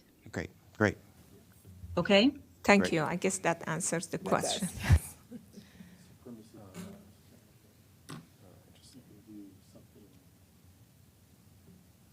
Okay, great. No, I think it's a great, a more inexpensive option, so this is great. You can go to the next one, please. Sure. So the next section has to do with definitions in the governor's housing package. And the first is the definition of affordable dwelling unit. And we feel very strongly that given the terms as defined currently, that our moderately priced dwelling unit ordinance, those units should be included in the definition of affordable units. And so we have proposed a recommendation that the definition of affordable dwelling unit should allow the inclusion of existing affordable or inclusionary housing programs in various jurisdictions across the state. So the suggested language would read, affordable dwelling unit means a dwelling unit that is affordable to households earning 60% or less of the area median income or meets the criteria of a local jurisdiction's inclusionary zoning housing program and provides price controls for at least 30 years. The next recommended change to the definition is the definition of mixed use, and it should capture residential with any other use. And so our suggested language modification is mixed use means any combination of a residential use with a non-residential use. Just kind of simplifying it a little bit. Mr. And if I can add, I'm sorry, just really quick.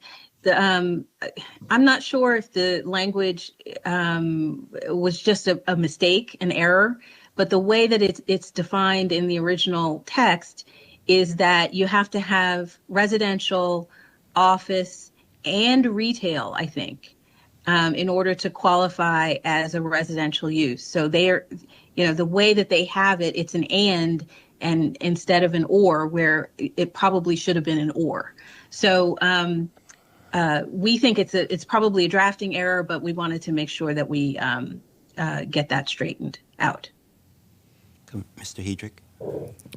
The next recommended. I'm sorry. Oh, go ahead. Sorry, Lisa.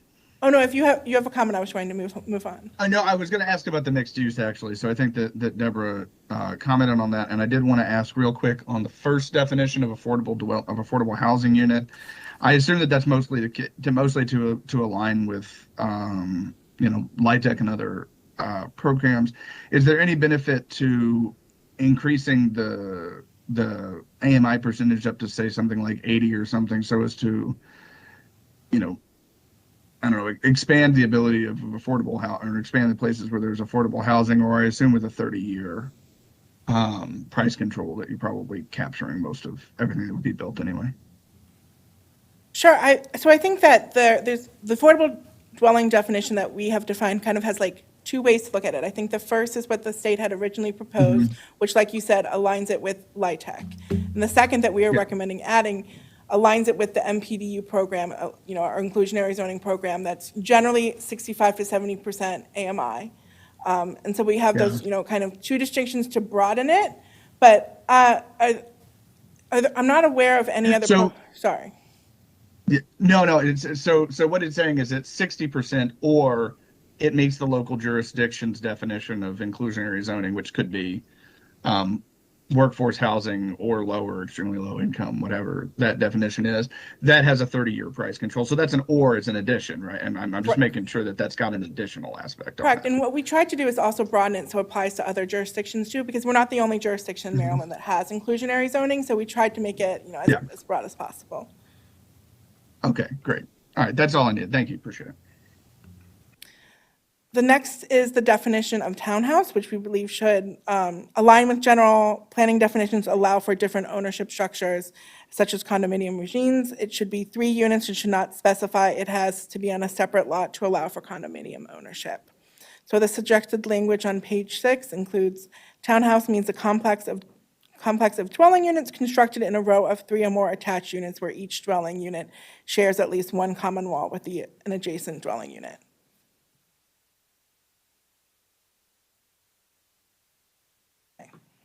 We move on? Sure. The next is recommended changes to section 7-502. And that first has to deal with the definition of unreasonable limitation or requirement. And we think that this should be modified to help explain its limitations. The term also, the term affordable housing development as is used in that section is not needed, and it confuses the bill structure a little bit because it is not a defined term, and because that term that they use, qualified project, encompasses the affordability component.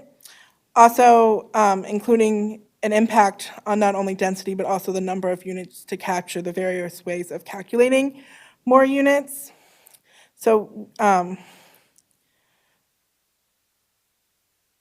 then for suggested language on page 6, lines 17 through 23, unreasonable limitation or requirement includes any limitation or requirement that has a substantial adverse impact on the viability of a qualified project, the degree of affordability or of affordable dwelling units in a qualified project, or the allowable density or number of units in a qualified project.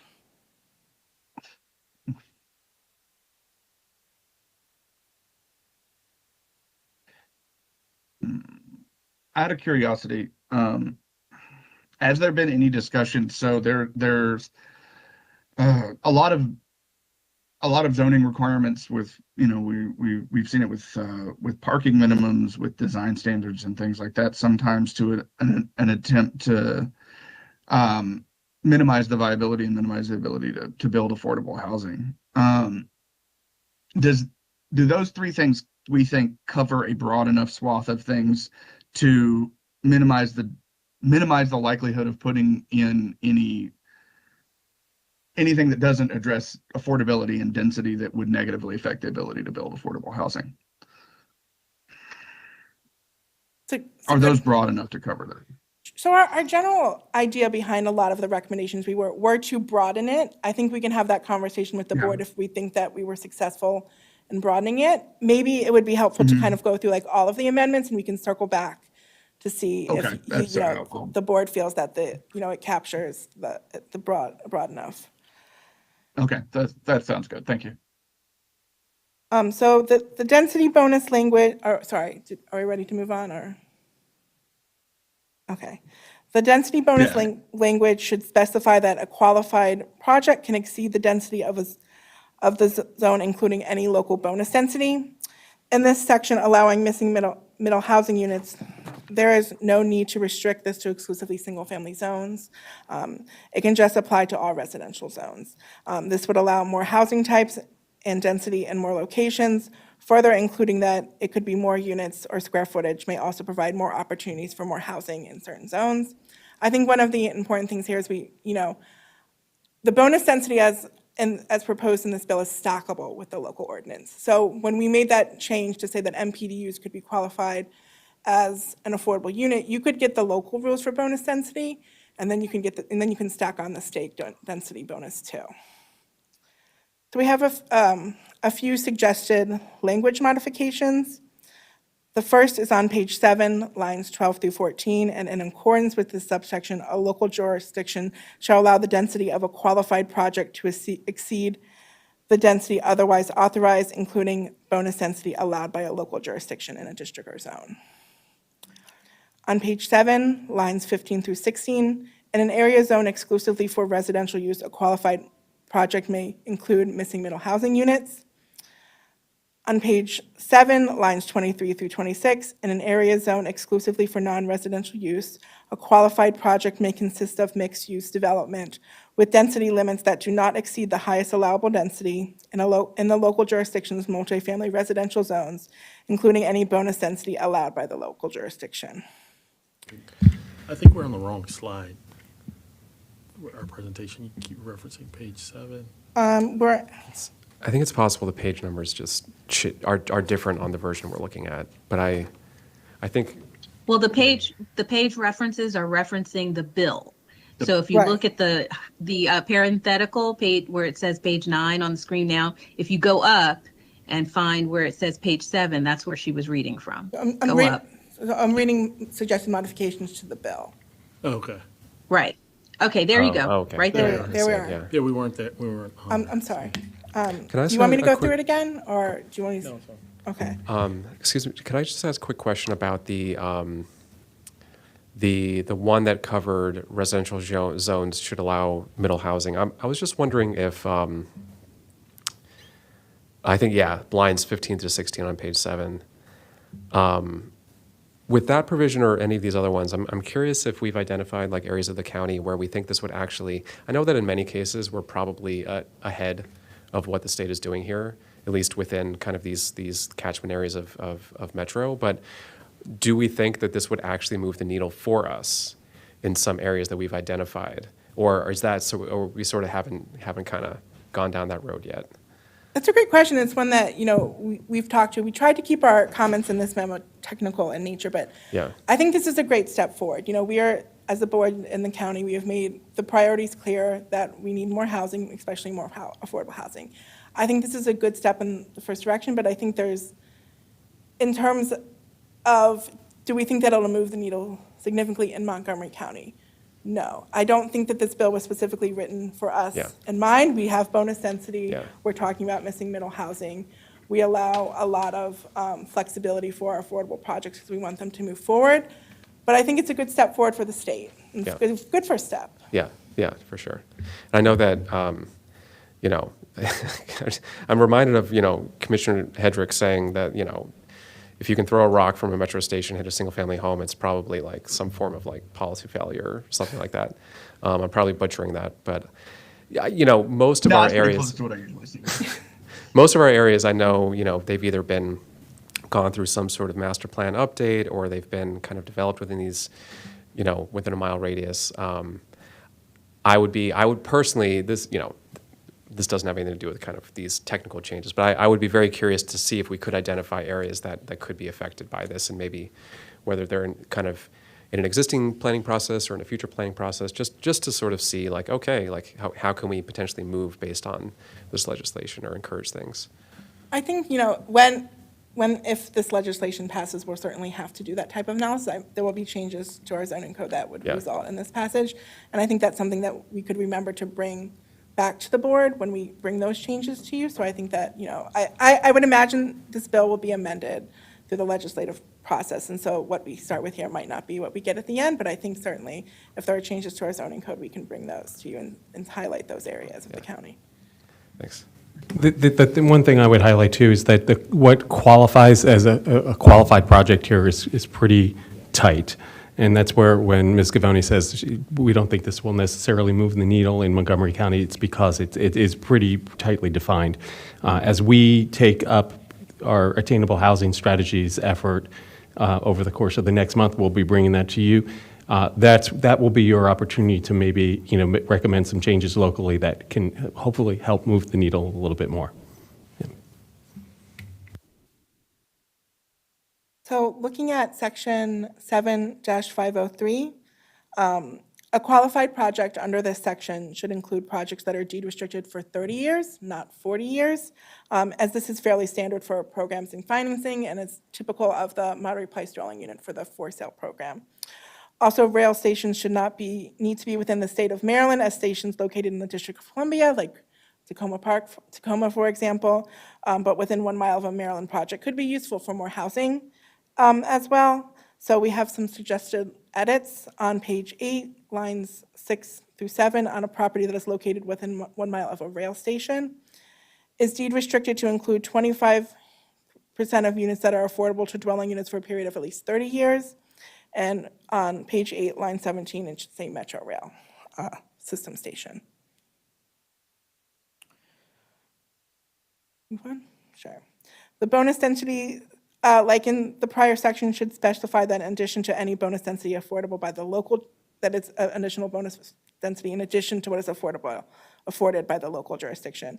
And it should also remove the restriction to only single-family residential zones for middle housing. And so we have some suggested edits on page 8, lines 19 through 21. And in accordance with this subsection, a local jurisdiction should allow the density of a qualified project to exceed density otherwise authorized, including any bonus density allowed by the local jurisdiction in a district or zone. And then on page 8, lines 22 to 23, in an area zoned exclusively for residential use, a qualified project may include middle housing units. And then on page 8, lines 25 through 24, and page 9, lines 1 through 3, in an area zoned exclusively for multifamily residential use, a qualified project shall have a density limit that exceeds by 30% the allowable density in that zone, including any density bonus allowed by the local jurisdiction. And then on page 9, lines 9 through 11, in an area zone for mixed use, a qualifying project may include 30% more housing units or residential square footage that may be allowed in that zone, including any bonus density allowed by the local jurisdiction. So nothing in here talks about, so that, I guess it's if it fits in the height, that's whatever, it could, could get all this density, but if you can't get the height, you can't use it, right? And that's a comment that we had when discussing this bill. The bonus density is great, but it's not coupled with any other incentives like additional height. And 25% affordable is a pretty big stretch to just do that for bonus density. So we don't imagine a lot of projects taking advantage of this that aren't already affordable housing projects.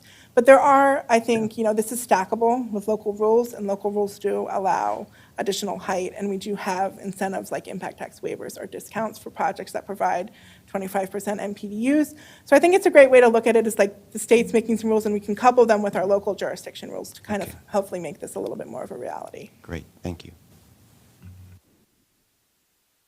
And then in section 7-504, and this would allow for situations of nonprofit entities owning or controlling the land, possibly by ground lease or other structures, and it would also reduce the time frame from 40 years to 30 years. So we have some suggested language on page 9, lines 22 to 23, is wholly owned or under control of a nonprofit organization. And then on page 9, lines 28 through 29, is deed restricted to include 50% of the units that are affordable for dwelling units for a period of 30 years. And then we want to clarify that the additional bonus density is above what the local jurisdiction otherwise provides, as stated in the above sections. It also removes the restriction for middle housing units to only single-family zones, so we're just kind of making consistent with changes that we've made previously. And so I don't know if I need to go through these changes since they're kind of making it consistent with the others. And then in section 7-505, it makes sense that the design criteria cannot impose an unreasonable limitation or requirement, but operational aspects of a use, like loading, should still be considered by a local jurisdiction to assure that projects do not have unintended negative impacts. And the suggested language on page 10, lines 28, is to remove the phrase similar requirements. And so the next section, sorry. Oh, no, I think that covers most everything that I would be concerned about asking about, because it does include setback and never mind. Sorry about that. I'll mute myself. Are we ready to move on to 506? So 7-506 has to do with qualified projects in their public hearings. And so what projects that come before the planning board, they often require more than one application approval. For instance, a project might need approval of a concept plan, a subdivision plan, and a site plan, each with their own hearing.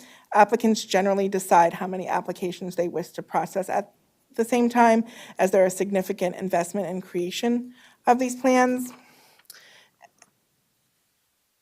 And also sometimes financing is staggered. Our business partners may need to be found before a project can proceed to the final approval stages. Therefore, it might not be possible or economical for a qualified project to only have one hearing before the planning board. However, in the interest of streamlining and preventing unnecessary hearings, we could offer some amendments to the language. And the suggested language comes on page 11, lines 2 through 5, and it says, except as otherwise provided or required by state law, a local government may not require that a qualified project under this subtitle be subject to more than one public hearing for each required development application before each of the following. You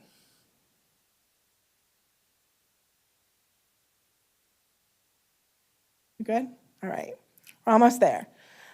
Section 10-103, it's just changing manufactured homes to modular homes. It's more in practice with planning. And then the last section, section 7-105, has to deal with adequate public facilities. And this was a really important one that we discussed as a group extensively, trying to better understand how our APF fits within this. And it's also complicated because we think that all developments, affordable or not, they need adequate public facilities. It's important that affordable housing has public services and is good, comparable quality to market rate developments. But we understand that the goal of this provision is to prevent the use of APF to block affordable housing, which we don't think that our APF does that. But we agree that APF should not be a tool to specifically prevent affordable housing, but we think that there might be a little bit of a different approach to more effectively ensure that affordable developments have equitable access to infrastructure and amenities. So if these projects are receiving state funding, it would be most equitable for the state, we think, to help fund the necessary infrastructure funding that is needed for these projects. Alternatively, in jurisdictions with local impact taxes, these units should be exempt from local jurisdiction impact taxes, but not from all of adequate public facilities. So we have some suggested language, and that's on page 13, line 7 new line 17. Notwithstanding the above section B, in a local jurisdiction that imposes impact taxes for transportation in schools, state-funded affordable housing projects will be exempt from local impact taxes, but will be subject to the local adequate public facility law. And this has a lot to do with equity. We think it's really important that our APF, which we have taken significant strides to make it easier to build housing, like we got rid of the moratorium. We've done a lot like to make it easier. We think that they should still be subject to local APF, but not have to pay impact taxes. Is Lisa, can DOT I- okay with that they don't get the impact taxes or schools? Because that would reduce their revenues. So currently, affordable units in Montgomery County actually do not pay impact taxes. So this would be just broadening it for the state, because that's already a rule in Montgomery County. Oh, they don't? The affordable housing, they don't Affordable pay? dwelling units do not pay impact taxes, no. Okay. Can I ask a somewhat naive question, I guess? Are impact taxes always different and distinct from APF? Are there any counties or jurisdictions where they just jumble those two concepts together? What do you mean, like jumbo? I guess I mean like using impact taxes as a form of APF. I don't know other jurisdictions as well. It's not, I know, so ours is not part of our APF, but it's closely related, and when we get to the growth and infrastructure policy, we will review impact tax recommendations. But I don't know other jurisdictions well enough to really speak confidently about that. My recollection from looking at this previously, I think most do distinguish the two. And you'll have some jurisdictions that don't have an APF policy, right? And some that don't have any impact taxes or fees. Some that have one, some that have the other, some that have both, but rarely are they I don't remember any intermingling them. Okay, thanks. Yeah, I just wanted to make sure that we weren't, to your point earlier, like this is as broad as possible, and we're not not accounting for the random county or jurisdiction out there that may do things differently from us or other people. Yeah, and to clarify, so right now, affordable housing, affordable units are exempt from impact taxes under our current. So just if there is like, that was I was going to follow up. Thanks for doing that. So if they have like about 200 units and 20 units are affordable, just those 20 units are exempt. Right, correct? except, yeah, now, but in this case, in order to qualify for this, most of the, there are different ways to qualify for this under this bill. I think, do they all require 25%? Some require 50, if I'm Right, so but it's at least 25%. So any project, though, in Montgomery County today that has 25% of their units are in the MPDU program, they qualify for either a complete, across the board, even their market rate homes are exempt from impact taxes, or they have a deep discount on those impact taxes already. So to that end, this doesn't really alter the equation much. But it does, because right now, if there is a development that has 25% affordable unit, they just get waived for that 25%, correct? No, if they have 25% affordable today, they don't have to pay any impact taxes. I say that it's qualified in that in a red policy area and in our infill impact areas on schools, they don't have to pay any impact taxes. Okay. If they hit the 25%, they don't pay it on any of the units. Okay, got it. Other parts of the county, you get a discount that's equivalent to what the impact tax was or is in the red policy area and those school infill Got impact it. areas. So, Got it. yeah. Okay, thanks. So can you explain, so the end statement says exempt from local impact taxes, but will be subject to local adequate public facility law. So does that mean if you may have, we don't have moratoriums now? Right, but what, give an example of Sure. what is the current adequate public facility law? Just say like in here, Silver Spring. Right. So, and this is what, as you all will take up the update to the growth and infrastructure policy, you're going to go really deep on this very soon. So, but basically, whenever we bring a project to you and we talk about LATR, Local Area Transportation Review, where we take a look at the impact of the project on the surrounding neighborhood, and they'll have off-site improvements that they need to make to improve pedestrian access to their site or to a bus stop, things like that. Those are the results of our adequate public facilities ordinance. On the school side, we don't ask them to make improvements to the schools. What we ask them to do, if the school conditions are such, are overutilized to a certain extent, then they have to make an additional payment called a utilization premium payment. So that is how we do our adequate public facilities on the school side. So the way this was initially written, it would have exempted all of these from adequate public facilities completely, which we see as an equity issue, because essentially you're saying we're going to require adequate public facilities for projects that aren't highly affordable. And if you are highly affordable, we don't care whether or not you have those improvements. Right. We're saying, no, those improvements are just as important for projects that have high levels of affordability as they are for other market rate projects. Great, thank you. Thank you for that explanation.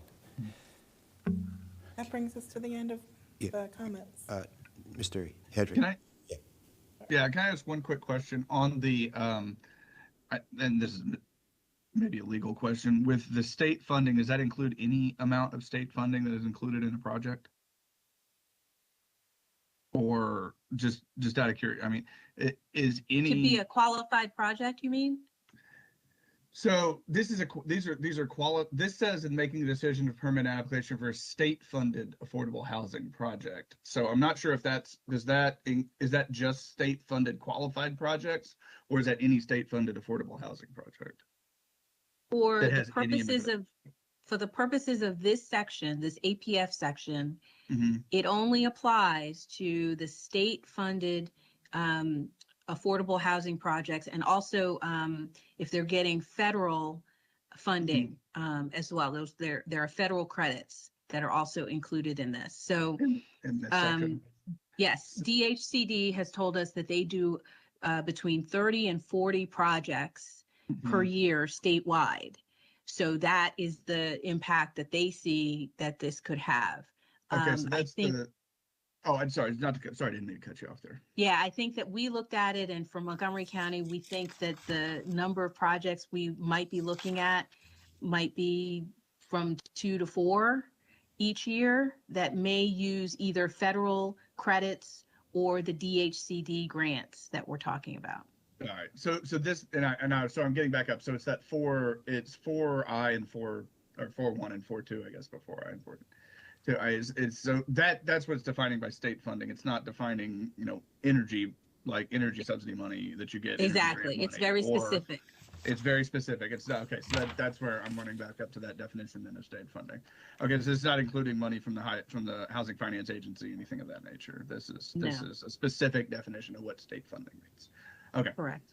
And just to follow up on that point, it's not also limited by being a qualified project that's listed elsewhere in the bill, meaning proximity to rail transit or nonprofit, or it's any outside of those limitations. It's any state-funded affordable housing project. Is that correct? I believe so, but let me double check. So it has state. No, the state. It says state-funded. The state-funded is specific. I'm sorry. Let me get the. Okay, yeah, it's a state-funded affordable housing project includes with federal low-income tax credits granted in accordance with 26 USC 42 under Title IV of the Housing and Community Development Article. Those are HCDC grants that the state uses and administers, and that's it. That's all they're talking about for this particular section. It's not any state funding. It's only that state funding. Right, and we're not talking about the qualified projects that are under the bonus density provisions that are one mile. No. Okay. They couldn't have made it that simple, right? Yeah. Is that worth considering a recommendation to, if it's clear to other folks and the lawyers who actually know these things, that makes sense to me. Do we think it's worth clarifying that point? If not, I defer to others who know better. Yeah, so what I think, and Deborah would have to give feedback, I think this was really generated about state affordable projects, right? Where they can put in tax credit, they put this rental housing funds, which is that 2.5 to 3.5 million that goes with 4% deals. Those types of projects, they want, because they over time they've been held up, those projects, and they've been approved, but they can't get through because they couldn't get local approval for APFO, all these other things, and so they want, when they commit to those projects, I think they just want them to get done, and they weren't getting done, they were held up, and so I think a lot of these laws are about to kind of get those state projects that nonprofits and others have been doing. That makes sense, and I was. Yeah, but that's a great question. That was a great question. I think my primary interest was making sure that this is kind of interpreted as expansively as possible. Right. So. I have a couple of questions, if you don't mind. Yeah, please. Well, I have a statement first, but I think the manufactured home and modular home provision is okay. I've personally seen manufactured and modular homes that fit in perfectly with most communities, and the design, wherewithal, shape can definitely fit in with communities. So I think that provision makes sense. But more generally speaking, will this bill cause all housing and zoning regs within counties to be rewritten, or does the state law simply preempt the local laws as an extra layer of planning boards or permitting offices making decisions? I think I'm going to punt to legal on that question. Yeah, I think in some cases, it may behoove the local jurisdiction to amend their local zoning regulations, just to make it so that it is clearer and easier to navigate their process. But nothing in this bill requires that. The bill simply would prohibit certain things and allow certain things, notwithstanding what the local jurisdiction, what their laws say. So, the choice to actually amend the local laws is still up to the local jurisdictions, but in some cases, it might be a good idea. Yeah, because I envision like a conflict of laws, right? So someone says, a local jurisdiction says, no, this is our provision, and then the applicant goes to the state law and says, no, you can't do that because the state law allows for this to happen. So I can see that conflict arising. But again, another general question is, what is the goal of this bill, and what can we envision happening with a potential passage of this bill? So I think the general goal of this bill is to make it easier to build housing, especially affordable housing in this county. So when we talk, In this county only? No, and not in this county only, across the state. And I think, like I said earlier, to Mr. Linden's question, we are a very progressive county that has, prioritized housing and housing development in the county. So I don't think there's anything necessarily here that's in conflict with our priorities. In terms of what we think of production of the impact, I think, the affordability thresholds are pretty high in order to have a huge impact. Like I said, earlier, 25% or 50%. It's pretty high, especially only coupled with bonus density instead of other provisions like additional height or financial incentives. So I think that the impact will be small, but I think it's a good first step, and I think that it falls in line with the county's priorities of building more housing in it. One thing that, Commissioner Bartley, you said that triggered a thought in my head was, this may not be relevant here. I don't think this bill provides any state funding for, like, if local jurisdictions want to take on the effort to amend their zoning code to support that process. I know that in other states who have gone through similar statewide efforts, they have included kind of a pot of grant funding that And it's mostly for, you know, the medium to small cities that don't have the capacity or the financial resources to like take on that effort. But they've coupled statewide kind of housing reform or zoning reform with a grant, with a new grant program that cities can apply into to go through kind of these rewrites to make sure that everything is compatible. Because I think your point is well taken. It's like if we have conflicting codes, that doesn't mean that the state one will at the end of the day preempt, but we don't want it to be confusing for folks in those communities to know how to navigate the system, and or developers to know like, okay, well, who do I actually report to, and so on. So it's probably not something Maryland is considering doing, but you know, maybe we should at some point. I think your point is well taken. I think at the end of the day, you know, the planning board and the county we've tried to make our zoning as streamlined and easy to understand as possible. And if that means that, you know, we have to come back to the board with zoning changes to make this clear, with what passes, then, you know, we will do that.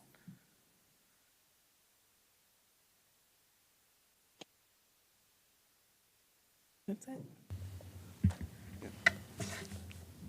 Sorry, we're good. I mean, is there something else? No, that's it. You're done? I'm done. Yeah. That concludes staff's report. Thank you. Do we have to vote on this? There was a package, right? Right. Or thumbs up, or Yes. was it good You've enough? voted on the others. I think we need your vote on whether this is your official position. Right. Do I have Report with amendments. do I have a motion to approve SB 484, the Governor's Housing Bill, with the amendments we talked about? I don't, did we amend, we didn't amend it with the amendments that were already in here, but we didn't amend any of the amendments, did we? Right. Did we?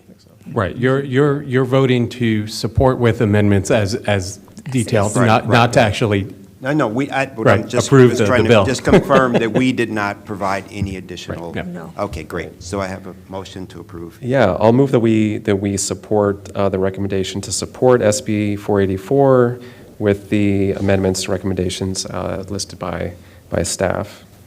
I second. I'll second that. Is there any discussion? All in favor? Aye. Aye. Aye. Aye. Is that an aye down there, Mr. Bartley? No. Okay, is it abstain or no? Abstain. Okay. no, it was I need four- more information. Okay, 4 ayes and 1 abstain. So thank you. This ends our board meeting for today. I really appreciate all the hard work for staff on this legislative front here. I know behind the scenes a lot of work went into it, and I also thank the board for a lot of great discussion here, and that's how we come up with good recommendations. So thank you so much, and this ends our presentation. Bye now. Thank you.